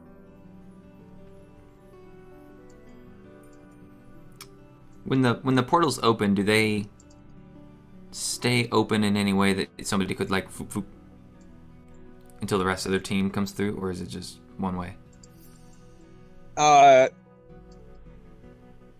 It's as long as it stays open, then you can walk through. You have to close it before selecting another one, you presume. And if you let someone through and then close the door manually, and then choose a different spot and open it up, it'll take you to that other spot, and then the other person will be stranded. I could send Soren through. Or I have sending, and I still have your rain. I can also fly, so if there's acid, I can just hover over it and get out. Dragon did seem to like you the most because you could cook. I'm fine with it. I'm probably the best equipped to go up against undead too, so I can survive in case it isn't safe. Well, what if we split up 2-3 and you and I can go, and then the other 3 could go to Morden? So at least nobody's alone. It still feels like a really bad way to get ambushed. Yeah.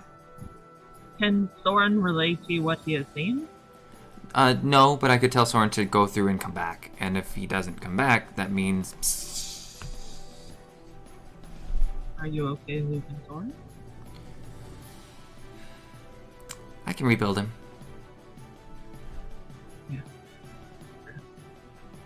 We can always rebuild. Always make him better. We have technology. All right, so what we're going to do is we're going to take a 10 to 12 minute break.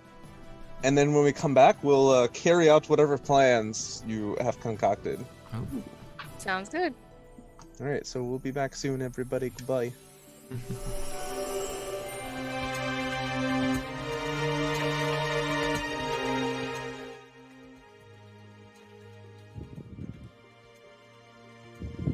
We're back. You're at the door, ready to exit the checkpoint to go back to the dungeon after a long rest. There was no bit in that. I'm Yeah, disappointed. I was about to say entering just as chill as we left, but nope. I love Dev's little bits when we come back into the game. I have bits? I don't Yeah, have you do bits. a I don't bit do every bits. time. I don't do any bits. Sometimes you're like a robot. Sometimes you're. Like the other robot. Yeah. I thought that was cringy. I didn't realize people You were liked an it. alien once. Twice. You were an alien twice. Mr. Rogers that one time. Yeah. Yeah. That's nice. Rest in peace, Dev. Maybe I'll bits. start doing more bits. Thank you, Wyatt. More You're bits, more welcome. bits. Oh my Give me the bits. I just rolled over Umbran's character sheet. Oh no. That's a beautiful boy. So sad. Get an F in the chat for Umbran's character sheet. Okay, the door. I still think we should go to Morning. But it'll take about half the day to just get to where we were previously. I mean, just into the valley between the mountains. Yes, though there is a good point that it will be safer. We made the whole trip last time without any encounters. You think that if you do the Temple of Moradin, it should take you about 6 hours based on the map? Hey, there's the map.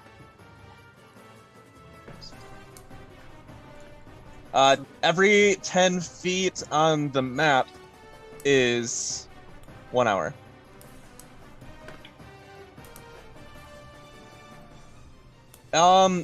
Going from the temple, it would take you about 5 hours. So it's an 1 hour discrepancy between the two locations. Well, where is our ultimate end goal here? I mean, we've talked about the carnival, we talked about that fountain. I mean, where are we trying to The go? end goal is the soul coins. Well, right, I just Simply mean... need 2 more. We know that there is one at the carnival, as it is the temple to God of Humor. Mhm.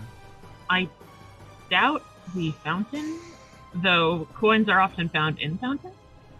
It would be worth investigating at least. But underneath the fountain, there seems to be some sort of village, which most likely has a temple in it. Mm-hmm. I mean, my understanding is that all the coins that we know of that we want to go try and get are way over there. So if we want to get as close and as fast a jump as possible, why don't I send Soren through the portal, tell it to come right back, and if he does, great, no acid, and then we can go to the Tiamat. Save us a half a day. Isn't it just an hour? Well, Yeah. it didn't it take us an hour to get past the lake, and then didn't it take us an hour to get through the pass? And Yeah, then it but was if- another hour to the actual temple itself. If you go down the other side of the mountains, it'll cut your time. Could we? I don't see why not. I thought the whole point was that we couldn't go through the mountain. No, it's just like take some time to get through them. Oh. I mean, it makes no difference to me climbing a mountain or not. I do not feel exhausted like you all might if you have to strain yourselves.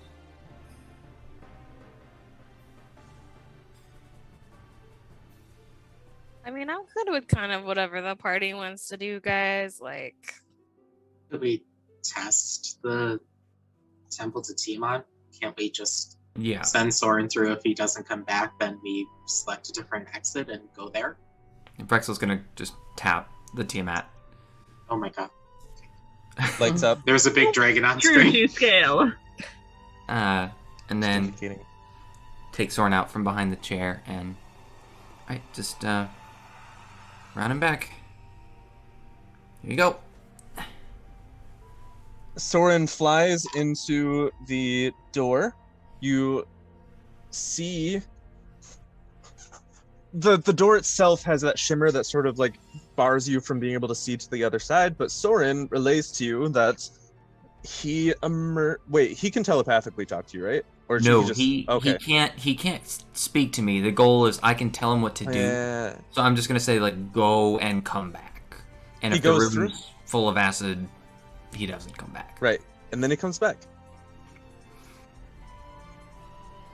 Well, unless the acid is just, very idealistically placed, such that we will go through and not have a way to walk on it, but hasn't filled the room for some reason. What if you tell him to go back and touch the floor and then come back? Because the floor might be covered in acid. It's acid. He goes through, comes right back. Yes, I think the temple has reset. I just hope the dragons not be mad at us is a permanent thing and not just like a temporary, like, oh, you fed me, so I'm happy with you for 4 hours, and now I'm gonna piss at you again. That's a fair point. That is also a fair assumption that the dragon might have reset. If the temple has reset. I mean, if we're coming out of the temple, though, couldn't we just be like, we are the heralds of Tiamat? I think that might be the worst. We've heard some pretty bad ideas, but that takes the cake. Okay, I don't understand the problem. There's 5 of us, so we just say that we're all of the heads in human form. And then, do some magic. If I give everyone a dagger with the right elements, we might be able.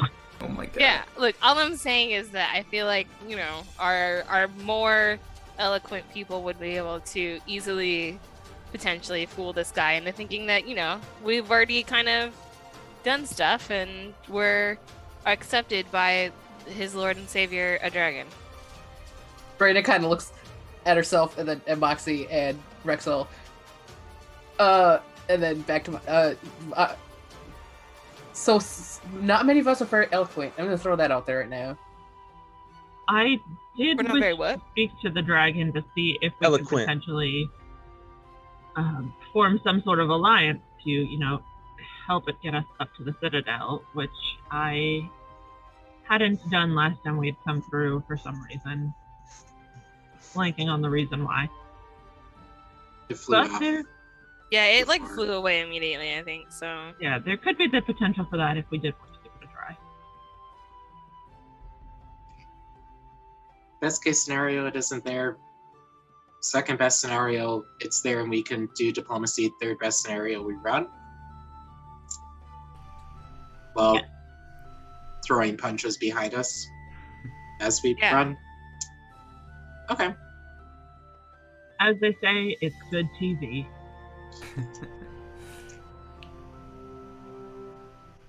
I vote for the Temple of Tiamat. I'm Okay. I do for too. it.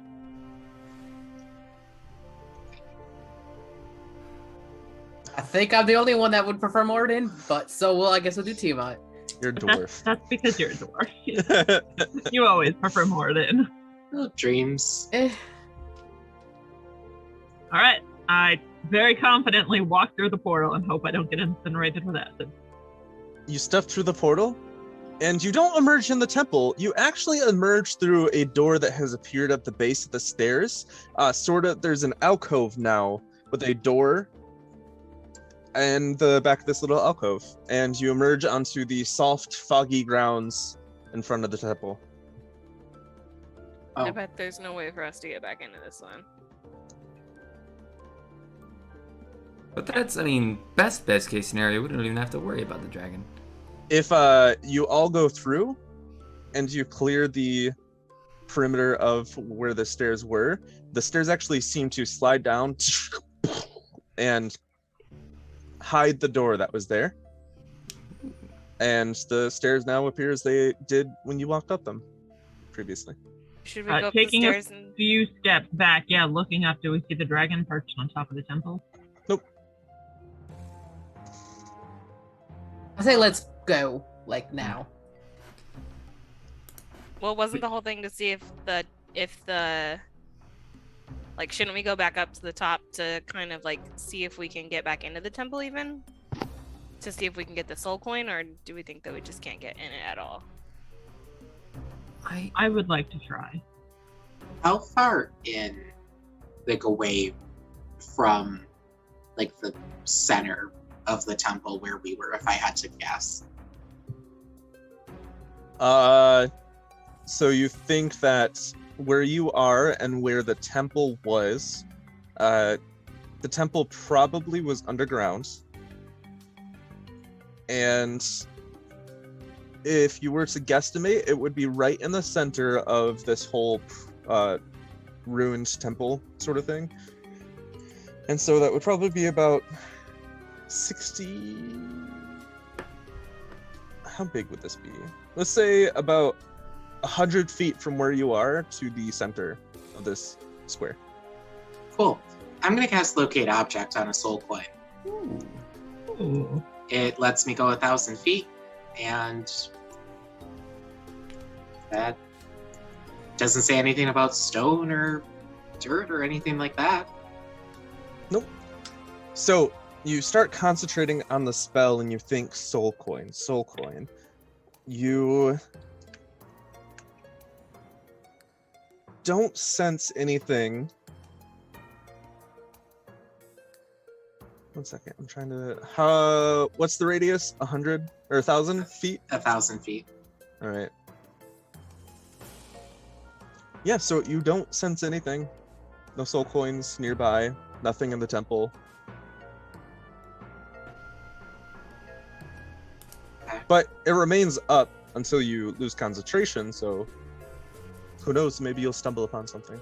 I'll My keep it up. other working theory is that soul coins generate based on when a team first enters the temple. That seems most likely to me. It would solve the conundrum of the math that you mentioned. Yeah. Because for 2 teams already to have gone through, that would only leave 1 or 2 temples with soul coins in them any longer. And we found 3, so that dissuades. And it wouldn't make good TV for them to eliminate it all but like 3 teams. Yes, very early for this sort of challenge. Onward we go then.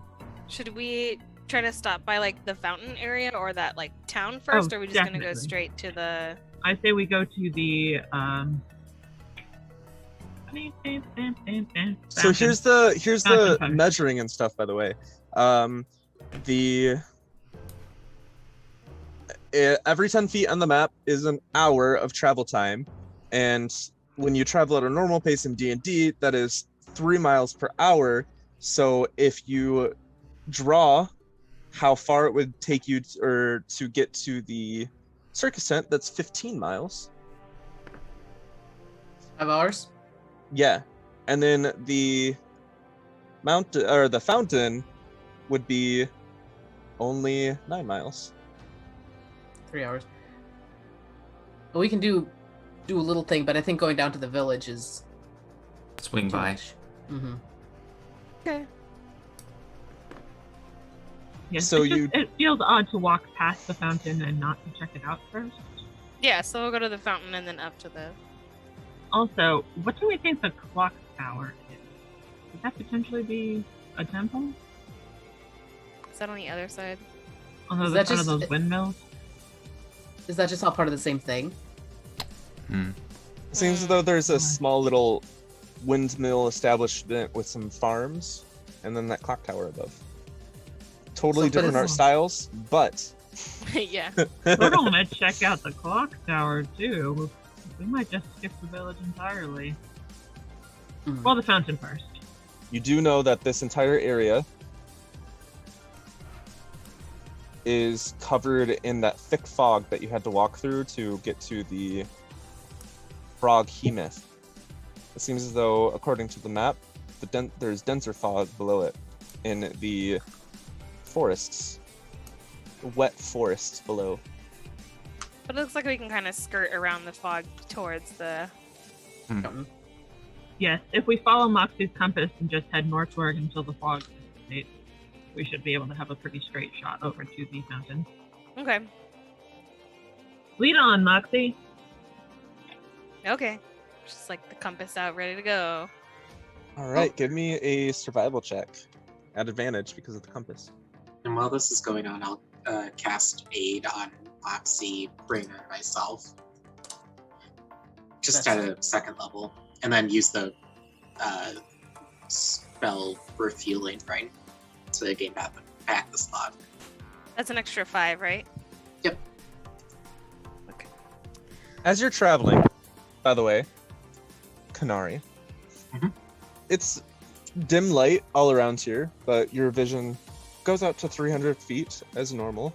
As you clear the fog and you start looking out into the stretches of this is almost an open fields that you're walking through, sort of some grasses and such. As you're walking through those blurry, almost humanoid, dark, shadowy forms that always seem to be just right on the edge of your sight, they're there, seemingly surrounding, like on all sides. There just seems to be clumps here and there, shifting, shadowy tendrils just coming off of them, watching with glowing eyes.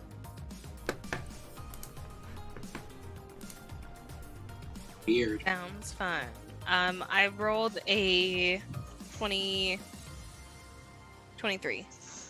With 22. the map and the compass and your intuition, you are able to find the most direct route to the fountain. Here and there, you hear random screams, different crow calls. You see things on the corners of your eyes, but you make your way Downtown. to the fountain. As you're approaching, the grasses seem to die, and everything becomes grayer, and the trees around the fountain appear to be dead and spooky, with different twists. And you see the fountain in the distance, gurgling, just running. No, even though everything around it seems to be in a state of death and decay, the fountain's waters, from what you can see, crystal clear. Oh no. Raina's gonna pull out the blood maul and just kind of have it out. Feel much more comfortable that way. We'll just like we already made some deals with creepy people. Can we move a little bit closer to the fountain, I guess, and maybe look inside? People throw coins in fountains, right? Oh yeah. Umber walks right up and is staring into that fountain looking for any soul coins that people drop. Hey, roll me a perception check. So I'm gonna assume that all of you are surrounding the fountain right now. Yeah. I'll keep an eye out to the periphery just to look around at the ghosts to make sure that nothing's sneaking up on us. 8.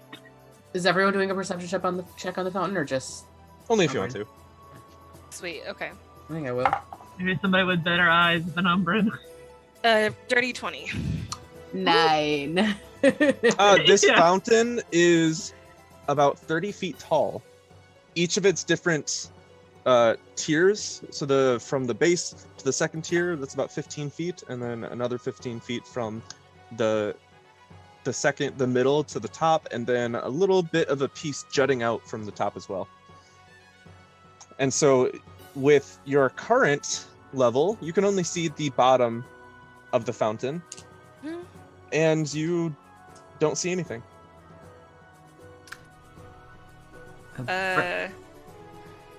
Oh, go ahead. Oh, Vrexel's just gonna ritual cast Detect Magic, just to get a sense of what's going on, if anything. Moxie, do you think you could toss me up to the second tier? I don't know that I can, but I think Brina probably can. I could. Yeah. You toss me up there and I'll take a look inside. Raina like bends, crouches down, hands in a little bucket. You ready? Yep. I run and I do the step and the jump. You want us to roll anything, Dev? Yeah, Brina, you can roll an athletics check to just make sure that you do this well. That face doesn't say well. Come on. That's a 16. Oh, 16's good. Okay. Okay. 16's not It was bad. an 8. It was an 8 on the dice. You get tossed. So what you said is that Brayna is basically just like tossing you up into the air. Yeah. Can I do Yep, an it's just a little acrobatics to like? bucket. Yeah. Yeah, give me an acrobatics and a perception. All right, come on, be better perception. Oh, cool. Acrobatics is a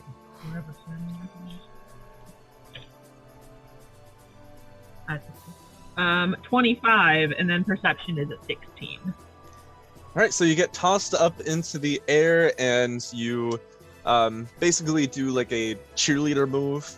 You're like, ha! And you go, ha! Into the air. Was the intention to land on the fountain lip or just to look? Yeah, to land on the lip and then look down, and if it assists, I'm gonna do Mage Hand to kind of like rummage around under the water. So yeah, you land on the edge of the fountain, and as the icy waters touch your feet, I need you to roll a Constitution saving throw. Ooh. 16. 16. Ice begins to crawl up the base of your legs, That can't be good. as if the water is freezing around you. However, you are not shocked enough, and you can break yourself away and jump off if you need to. Do I find anything first? The topmost level of this fountain, with a 16, you see a glistening golden coin resting in the bottom of the top basin. I would like to snatch it up with my Mage Hand and then backflip off. As your mage hand hits the surface, it seems to bounce off the surface. Oh, of the water? Yeah. In for a copper, in for a pound. I'll reach my hand in there to pick it up. Ooh. Roll me another Constitution saving throw. Oh, 19 plus 6, 25. The ice seems to start wrapping itself around your arm. And this time, I'm going to do a damage roll, except you're just going to take half. That is... So that is only 7 cold damage, and you take 3. Nothing. Your hand wraps around the coin, and you hear the screams audible in your mind. Yep, got one. I'm gonna Sweet. backflip off. And as you backflip off, the fountain begins to shake. Oh. Ah, crap. Brina's got that blood maul ready. I've made deals with water before. Deals with the water. With fluids before. I mean, Fluids, couldn't we just run? We certainly could. It begins to shake, and suddenly, rising out of its surface is... Hold on, I gotta get its thing. What? Appears to be an image that first is the water, but then it starts shaping around, and you see a fish-like face with reptilian arms and a swirling of water vortex around the base. Portly creature, and then the water seems to like manifest into clothing and such. And in front of you is a massive creature that I don't know if you can recognize, but I'm going to put in handouts for you to see what it looks like. Oh, Oh. Sexy. I know what that is. Yeah. Look at that belt. But do your characters know what it is? Roll me No. Arcana checks. No, Oh, wow. no. Say Arcana. Arcana. Any of Another us? 19. This guy is doing a lot better. So Arcana 24. Ooh. All right, what Vex will get? 21. You both recognize this. It is a type of greater elemental known as a Marid, or Marid. How do you pronounce it? mirror. Marid. Yeah, from if you. I've gone through the entire Mad Mage's dungeon. We made a deal with this guy, and he sang a fun song for us. He says, "Don't you know it's rude to take someone's possession?" And then everyone roll initiative. Ooh. Oh no. Does anyone have your thing, does anyone have Kanari's thing? Let's give it to Brina. Yay! Oh no. Wow. Double 13s. Son of a So gun. 16 for me. What do we got? I am going to draw a shitty map, Yeah. The Dave map? and you're gonna love it. Dave map. Dave map. Dave map. Okay. Let's do boom, boom, boom, boom. Boom. Did I do that in the center? I don't know. I don't think this is center, but oh well. Ah! Oh no, I don't know what I pressed on my computer. All my stuff's gone. Oh no, what happened? Oh no. Oh no. You're still Okay. here on our screen. Okay. Okay, okay, that was weird. You echoed a little too. Yeah. That was That funny. kind of weird scream. Ah. All my stuff disappeared real quick and no one had happened. Alright, so it is a large-sized creature, and now time to put you on the battle map. Boop, boop, boop, boop, boop, boop. Okay, so you're up on the battle map. Feel free to put yourselves wherever you would like, based on the context that we've established. Reina was like there. Oops, let me get in the middle of a square. Boop. There we go. This Marid appears a little different. Different parts of its face. It's appears to like descend down into icicles. Its skin isn't the green sort of tint that you're used to. It's more of an icy cold blue. It seems as though there might be more to this Marid than meets the eye. And I'm sure you can parse out what that is. That's nice. It's ice boy. That's probably not enough to No copyright issues, don't worry. be an issue. Seconds, you're fine. Anyway, that was copied off of Under Pressure. Yeah. That's true. So- So who knows what I'm copying? But it has the choo-choo bit. Have you ever heard But the him tens. defend it? How it's not the same. No. It's hilarious. Oh, it's great. It's hilarious. He goes, "Oh no, there's a choo-choo at the end, so it's not the same. I promise." We'll see. Then they'll never know which one I was doing, and I'll never tell.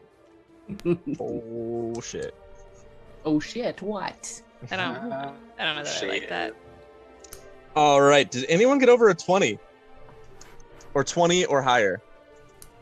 Oh, did the Marid get over 20? Is that what's so shit? Did anyone get a 15 through 19? Oh no. Didn't Brina get 16. 16? Yeah, I was Oh, like, thank you God. said it. I got distracted. by the juju things. All right. Did anyone roll between a 10 and 14? 9. I got All right. Wait. 9 is in between 10 and 14. Nah, but I'll Yeah, write I it was like, down I anyway. gotta- 9. I got a I heard the 13. 10. 13. Yeah. What did Rexel get? 7. I also got a 7. Hey. Who wants to go Again, first? with the double initiative. I think your mom's onto something. Who wants to go first? Oh, after you. Okay. So gentlemanly. I usually go last, so it's nice to go next to last. All right. The Marid raises his hand, and I need everyone to make a Constitution saving throw as an icy swirl of air surrounds its hand Oh, as jeez. it shoots out a cone of cold, Ah, Oh damn. no. which hits Like all of you. Con save? Oh god. Dice loose. I got a 12. Natural 20. Oh, By the way, remember, running away is always a viable option. That dice went out of. Oh, fuck. Anyway, so that's 8d8. No. I got a Okay, I 6. see what you mean. This is what kills us. Oh! It's a 60-foot cone. I actually what? might get to use a spell. Ooh.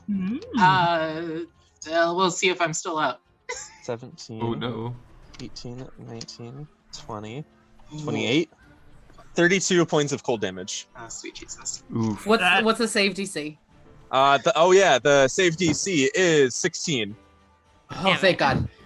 You said 32? 32 or half on a save. Or so 16 on a save? Yeah. Does this count as a missile? No. And if you die because of it, you turn into an ice statue. Oh, sweet, but no. It's so fun. Can I... As a reaction... Can I have a reaction yet?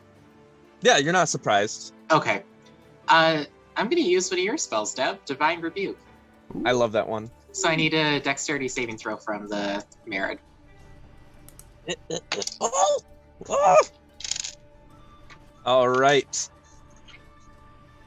So, you get hit with this blast, and as you're taking it, you start a quick prayer, and then you ask your god to rebuke him in their name, and a flash of light flares out at the Merid, and it fails.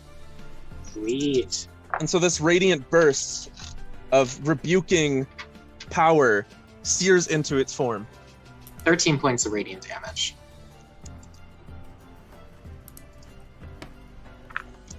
I like that one. It's a fun one. Alright. Kind of like Hellish Rebuke. Yeah, Exactly yeah. like Hellish Rebuke. Well, it's a But little, Radiant Rebuke. it's a little watered down, and then it has an extra ability that goes Yeah. with it.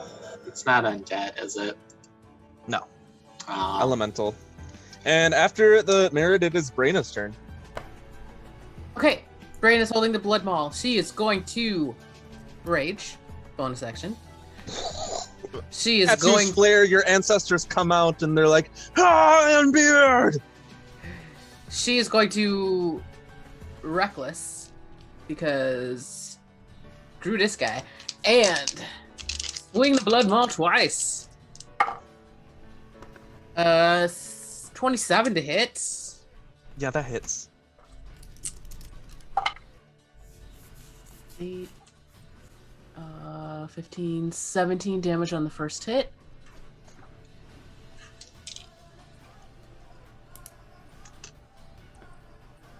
And then 26 to hit. Or, ooh, garbage.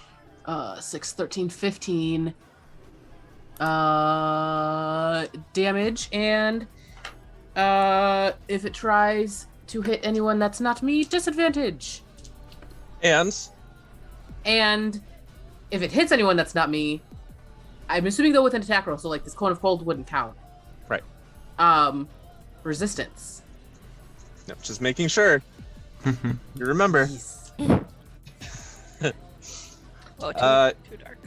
Then once you're done, it is now to Moxie.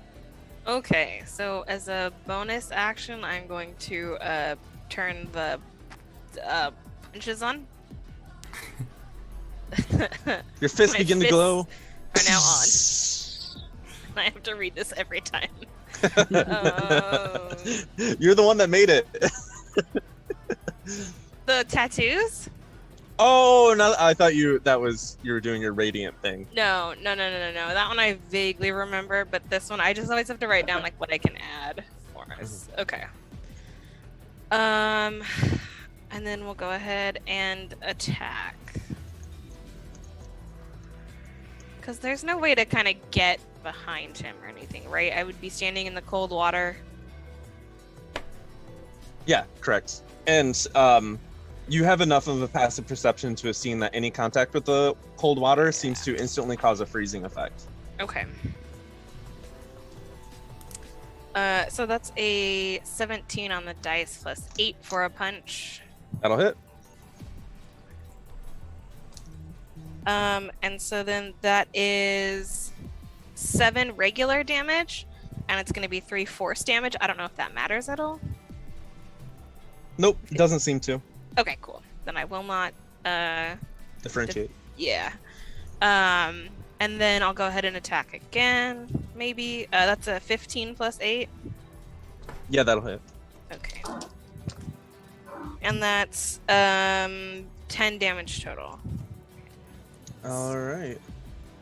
Giving me a lot of twos. And then that will be it because I already used my bonus action. And then it is Umbrin's turn. There's nothing to gain by staying here to fight this guy. The only thing we saw in the entire pond was the one coin, right? There was It the coin, is but you to be always... assumed. The only thing that you would consider is that wherever there's a coin, there's also some sort of temple or challenge. You're not sure if this is exactly a challenge or not. And I'll roll a quick intelligence to check to see if it would be. Yeah. Yeah. Actually, you can do insight, but add your intelligence instead of... They're the same number. Bet. The 6 plus a 2. Oh. You don't make the connections. The dots are not being connected. I would assume that this gentleman could not leave this area. We could stay and use resources on him if we would like, but it's just another obstacle to wear us down before the carnival.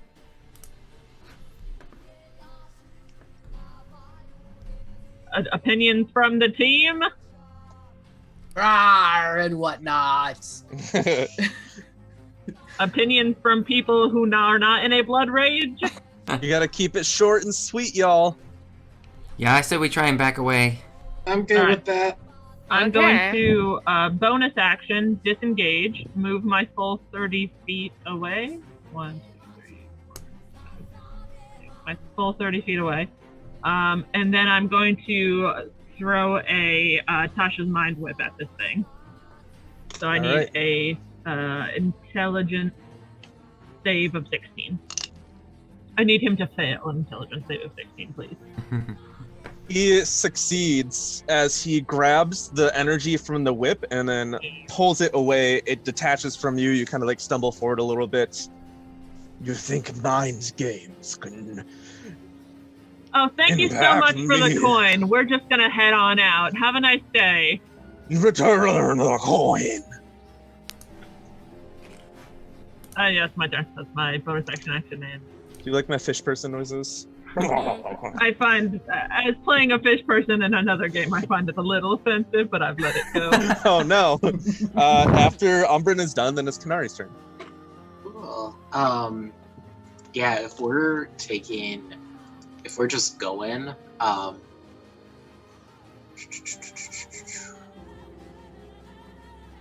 should I take? Oh, of course I didn't take that one. Oh well. Yeah, I'm gonna go my full 30. So I think that gets me about there. So I'm gonna move there. Quick look. Does anybody look like? I know what I'm at hit point wise. Does anybody look really, really messed up? From the cold. Did anyone fail the saving throw? I did. Yes. Oh. Then you guys are probably the worst off. Yeah.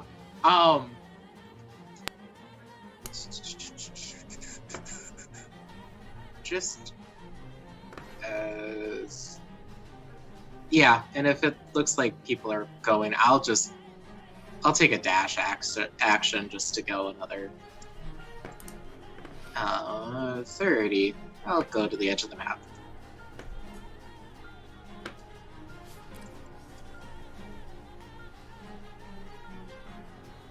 That's. I'll throw a. Actually, we want to conserve resources for the thing. Yeah. Boring turn. That's it. Dash action. Run away. All right. Once you are done, it is Rexel's turn. Vexel is going to, seeing Kanari move, is also going to take the dash action, but as he runs, bonus action is going to cast Sanctuary on Brayna, knowing that she has drawn this thing's attention, to hopefully buy Brayna a little time, and then 5, 10, 15, 20, 25, 30, 5, 10. Won't go with the full 60. I want us to stay close enough to be able to jump back in with a few things, but I'll move to there, and that's it. Oh, Dev, I'm so sorry. I forgot to do damage. That is a second. It's not a cantrip. It's a second level spell. It still hurts him, just not as much. Oh, yeah. Oh, my bad. I was like, cantrips, stay safe. Doesn't do anything. I was like, oh. Not a sucker save. For the world's worst mind whip for 8 points of damage reduced to 4. It's still a little bit of damage. Alrighty-o. Once Vrexel, you're all done, right? Yeah. Back to the top with the Mirid. He is going to see all of you fleeing, and he's going to say, "You will not get away." And he raises his hand and then targets the water as he casts a spell called Control Water. And he causes the water from the fountain to start surging upward and raising 20 feet high before it crashes to the side and spreads out. So with the extra 20 feet of water, I don't actually know the physics that will go behind this, but we're going to say that that causes a surge of water that goes out to 20 feet. 10, 15, 20. So, everyone except Kanari, something will happen at the start of your turn. And then he's going to provoke an opportunity attack from Brayna and fly 60 feet into the air. God damn. Okay. So Brayna, If go I ahead and attack him, though, that takes off Sanctuary. yes. But it's also right about to be your turn again, so if you want to attack him on your turn anyway. Up to you. Are we running? Depends. Oh, Depends if you would stay and fight as the rest of your team, please. Oh no. I mean, I it's on you. can't reach him if he's 60 feet in the air. Yes. Yeah, you'll lose Sanctuary if you attack him. I will not attack. all right. So his turn is done, and Brayna needs you to make a Constitution saving throw. As the water touches your feet, ice starts rising up from your foot to your ankle to your shin. That's a 12 Total? or a 5. Okay. That is 20 points of cold damage, and you are now restrained as the ice anchors you in place.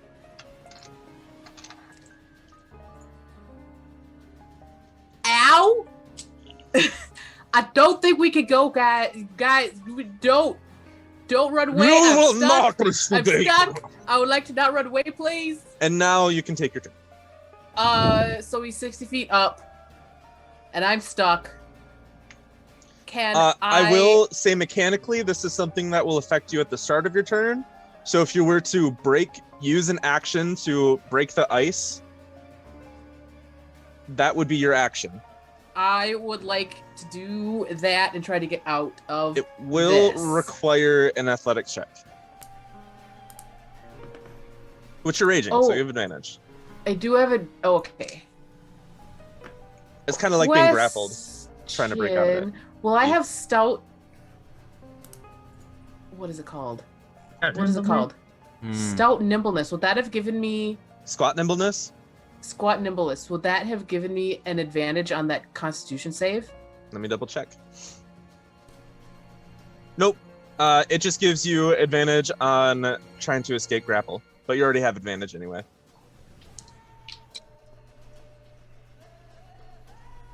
Oof, it was a 6 and an 18. All right, So- so you are able to break yourself free from the ice as your action.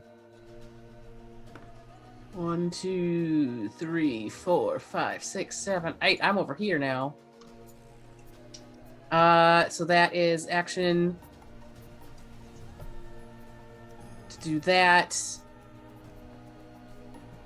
I don't really have any bonus actions. So that's my turn. I took damage though, so I think I'd stay raging. Okay. All right, it's at the top of Moxie's turn, so I need you to do a Constitution saving throw.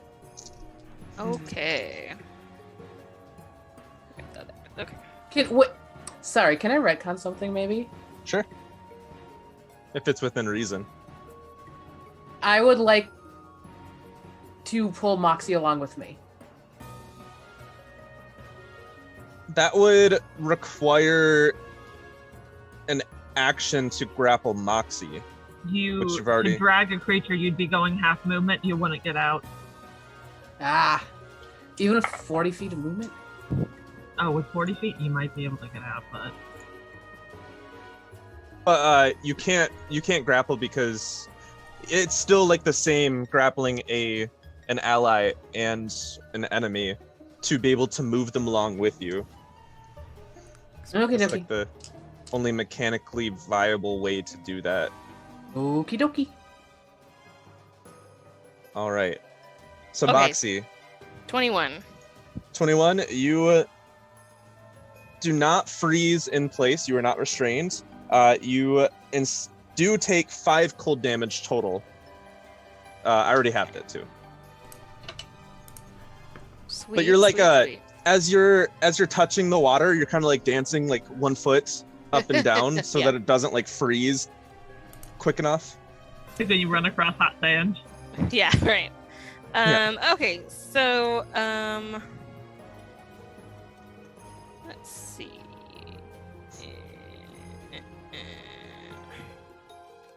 So you were saying it would take an action to grapple someone? Yeah. And what's a grappling check, I guess? On an ally, I rule it like they'll let you. Okay. It still doesn't require the action to grapple, Okay. but then you can drag them along with you at half speed. Okay, so give me just a second to figure out what my speed would be at that point. I Are you have to remember. thinking Umbrin or are you thinking Rexel? I was thinking Umbrin. Rexel's basically almost out, and I don't think that I can grab him in his armor. So it'd take 15 feet to get to Umbrin, and then you'd have 15 more feet of movement because it's half movement would start then. if I can get, oh shoot. Oh yeah, I could get. Okay, yeah. So I am going to run up to Umbrin and be I mean, like, I have a +6 to Constitution save, so I just have to roll a 10. I can easily get us both out though. Okay. And then you don't have to use your action for it. Or like if you accidentally get stuck, right? Like so Moxie will go ahead and like be like hop on or whatever. I don't know. She'll grab Umbrin. Sure. And then Take my Yeah. hand, and you just like shoot. yeah, so you were saying that I have 15 feet of movement, correct? Okay, and then I measured it out and it was here. All right, so Umbrin will go right along with you. It's okay if you want me. Yeah, that's good. And that would be my turn. So you pick Umbrin up as the ice is almost about to root him in place, and you pull him out, some ice shards, like, and you go, ha, ha, ha, ha. And you successfully leave the area of this freezing water. Is that it for your turn? Yes. All right, now it is Umbrin's turn. Do I want to take one last part?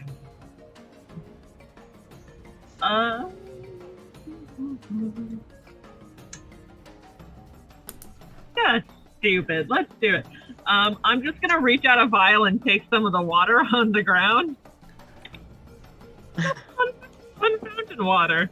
Who knows what I can do with it? Roll me a sleight of hand check to make sure that you don't accidentally touch it with your hand. Yeah, 25. You are able to nimbly get one vial of this water. Awesome. I don't want to use my bonus action to dash because I would be so far in front of my friends. So I will just, keep pace with them, but go. Keep pace with the slow pokes. Yeah. Except for Moxie. I mean, I could dash and get there way before you guys, but once you are done, rude. It is then Kanari's turn.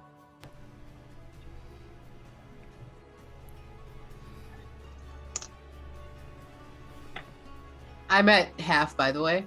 Yeah. Half hit points? Mm-hmm. Oh, I'm at, hang on, let me math really quick. Is that smoke coming out of your ears? Dry ice. I'm at, I guess 20%, I would say. I'm under that. Okay. I can heal myself in the next turn, so it's not a big deal. Yeah.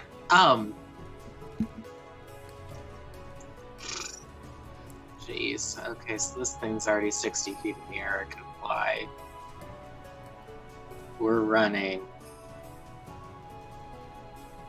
There's a bunch of water. Does it look like this? He would be able to control the water and cause it to spread another 20 feet or so? You can roll me an Arcana check. This is something that you know that clerics have the capability to do. So it's something that's potentially possible for you to assess. Yeah, that's a 2. You don't know anything about it. Oh, great. Cool. Weird, giant, icy frogman in the sky. Remember fish. Not the frog. You know what? I apologize. That's on me. That's fair. That is a valid critique. I need to get these going so I can leave. So I'm just gonna guiding bolt him because I'm sick of his shit. I'm gonna walk 30 feet, fire this off into the air. Just because screw this guy, and I can make it. Oh, God. That's a 12. That's not gonna hit. That will not hit. He just sort of like swerves out of the way of it in the air. That's pathetic. Oh, okay. You want to? No, drop it. We're not wasting resources. It's okay. We're just gonna go. Once Kanari is done, then it will be Rexel's turn. I moved 30 feet out of the way, so I'm out here somewhere. Yeah, I just tossed myself into the void and called it a day. Ah. I had to make a Constitution save, yeah? Actually, you are still partially in it. I was gonna say, yeah. That's not awful. 18? 18 is fine. You will take half damage, but you are not rooted in place. Cool. So that is 14. Half to 7. Half to 7. All right.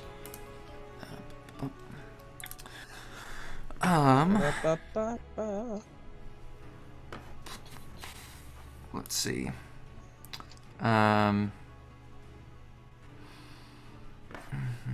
Who's still really hurt? Okay. But I do have ways to heal, so, Right. I'm just thinking it's turn next. Oh, that's a good idea.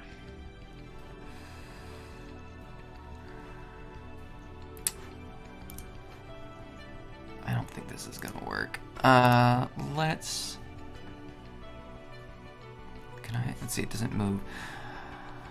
Okay. Yeah, Vrexel's gonna take a gold coin out of his bag. Soul coin? No, like a regular gold piece. Oh. And I don't really know if I can attach this to it. I want to cast Minor Illusion on it, either as I toss it or just like once it's on the ground to make it look like the coin we took. All right. I don't know mechanically exactly how that works. I don't think I can attach it to the coin and then toss it. So I just, and then once it hits the ground, and then just be like, fine, take your stupid coin. It's not that worthwhile anyway. Roll me a deception check. Ooh, no. That's a 10. All right. He'll have to roll an investigation check. Okay. And then moving. But he's suspicious. Yeah, Don't be suspicious. moving off the map, I guess. All right. At the start of his turn, he'll move a little bit and he'll go down to the ground. And in a 60-foot line, he will shoot an aqua jet. Oh, Jesus. So water jet. So he kind of pulls up some water and swirls it around, and then it launches out in a 60-foot line that is 5 feet wide. So it will hit Moxie and Umbrin.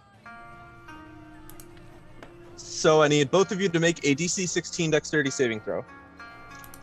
Which I'm sure both of you are excellent at dexterity. I don't know. 17. Oh, fuck. Oh no! Oh no! Oh no! Uh-oh. Max, you okay? So it's a DC 16. On a failure, you will take 28 points of bludgeoning damage as the water hits you so hard with an intense bout of pressure. And if you fail, you are knocked prone and also pushed 20 feet away from the screen. Hey. Did you Okay, so wait, I'm. That's So a how good much pick. damage? 28.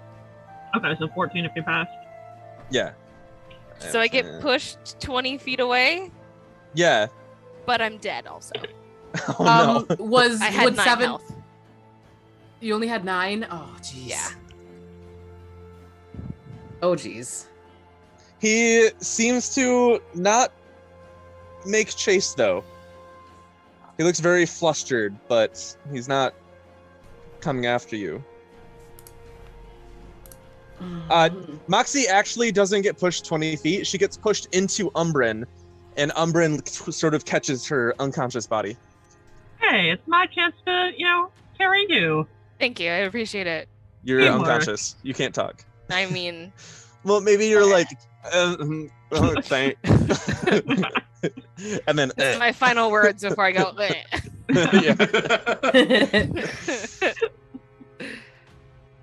yeah. So it's Brayna's turn.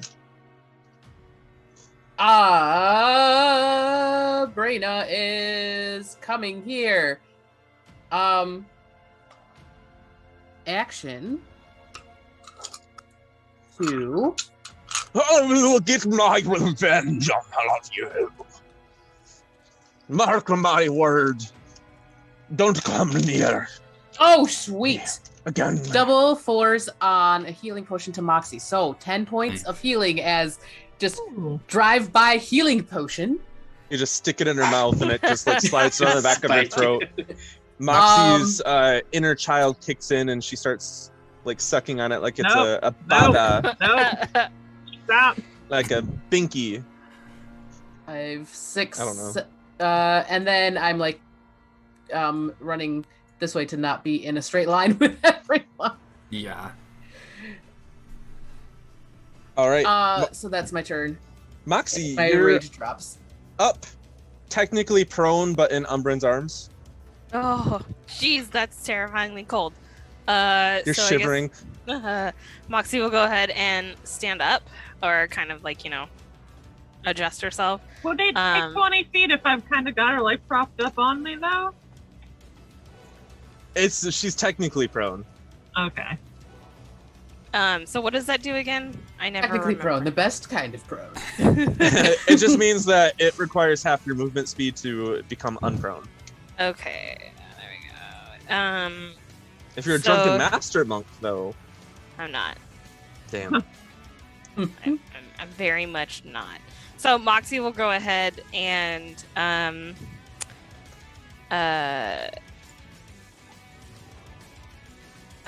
what am I gonna do?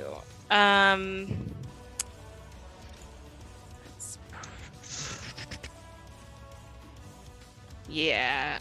So as my action, I'm gonna use Healing Hand, which will give me another 6 hit points, which is a little bit more helpful. And then So now you're at 16 whole hit points. Look at you. yeah, look at me go. I'll go ahead and run the 25 feet that I can, which would put me like here. Well, now that Moxie is up, the Merid isn't chasing after you. We'll go ahead and say that that's the end of the encounter. sweet. You rush off, still Ow. victorious because you got the coin. You're all like shivering now, everyone except Kanari, who didn't get touched by the water at all. I got blasted with the cone of cold, so Kanari's hair, instead of like being up in Oh, buns, yeah, it's you just did. like it's just red with frost, just straight Oh. like back, just like And- frozen like that. You eventually make your way out of this like decaying area. You're starting to realize that it wasn't decay, it was more so just like this area was so cold that life couldn't prosper.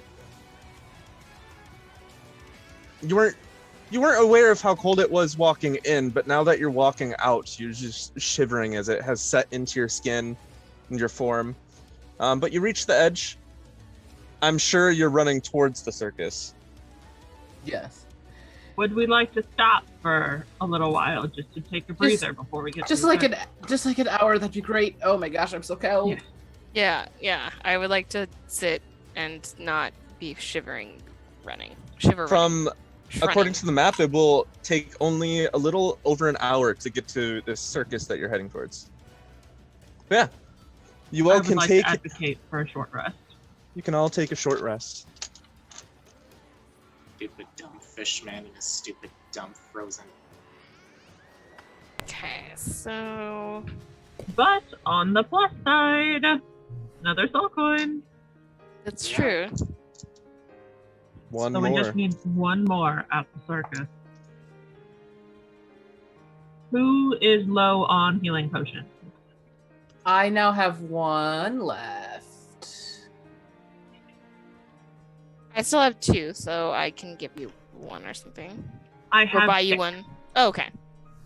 So I'm asking if anybody would like an extra healing potion. I've got 2. I have 2. 2 dice, I think. So I will give 2 to Brenna because you are in the thick of it. Thank you. Into You the now thick of have it. 3, and I have 4. Just in case. Wonderful. I was down 33 hit points.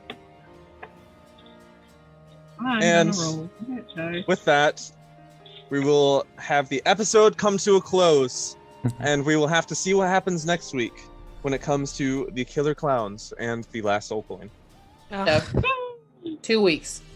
2 weeks. Because I won't be here next week because I am helping my sister with something. Something evil. It's booze. Oh. Yeah, so that's it. We have some announcements, right? Yeah. Announcement number 1. Make sure that you check out After the Fall on Fridays. Announcement number 2. Friday evenings. Announcement number 2. Go watch Braina play games and do awesome stuff and prep and all that fun stuff. And I'm affiliated now, so you can come and cheer me on and stuff. It's great times. Yeah. And yeah, so that is really exciting, really cool.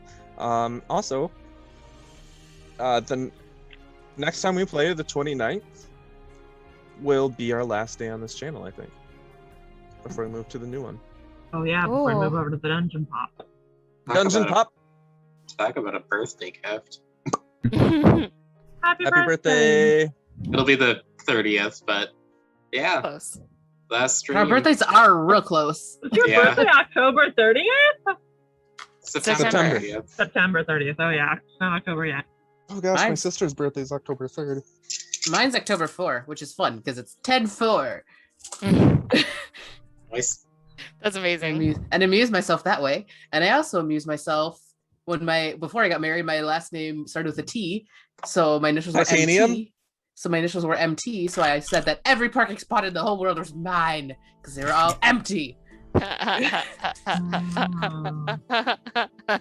Because I did the dad jokes before they were cool. That's They were amazing. never Dad cool, joke before I was a and dad. they're still not cool.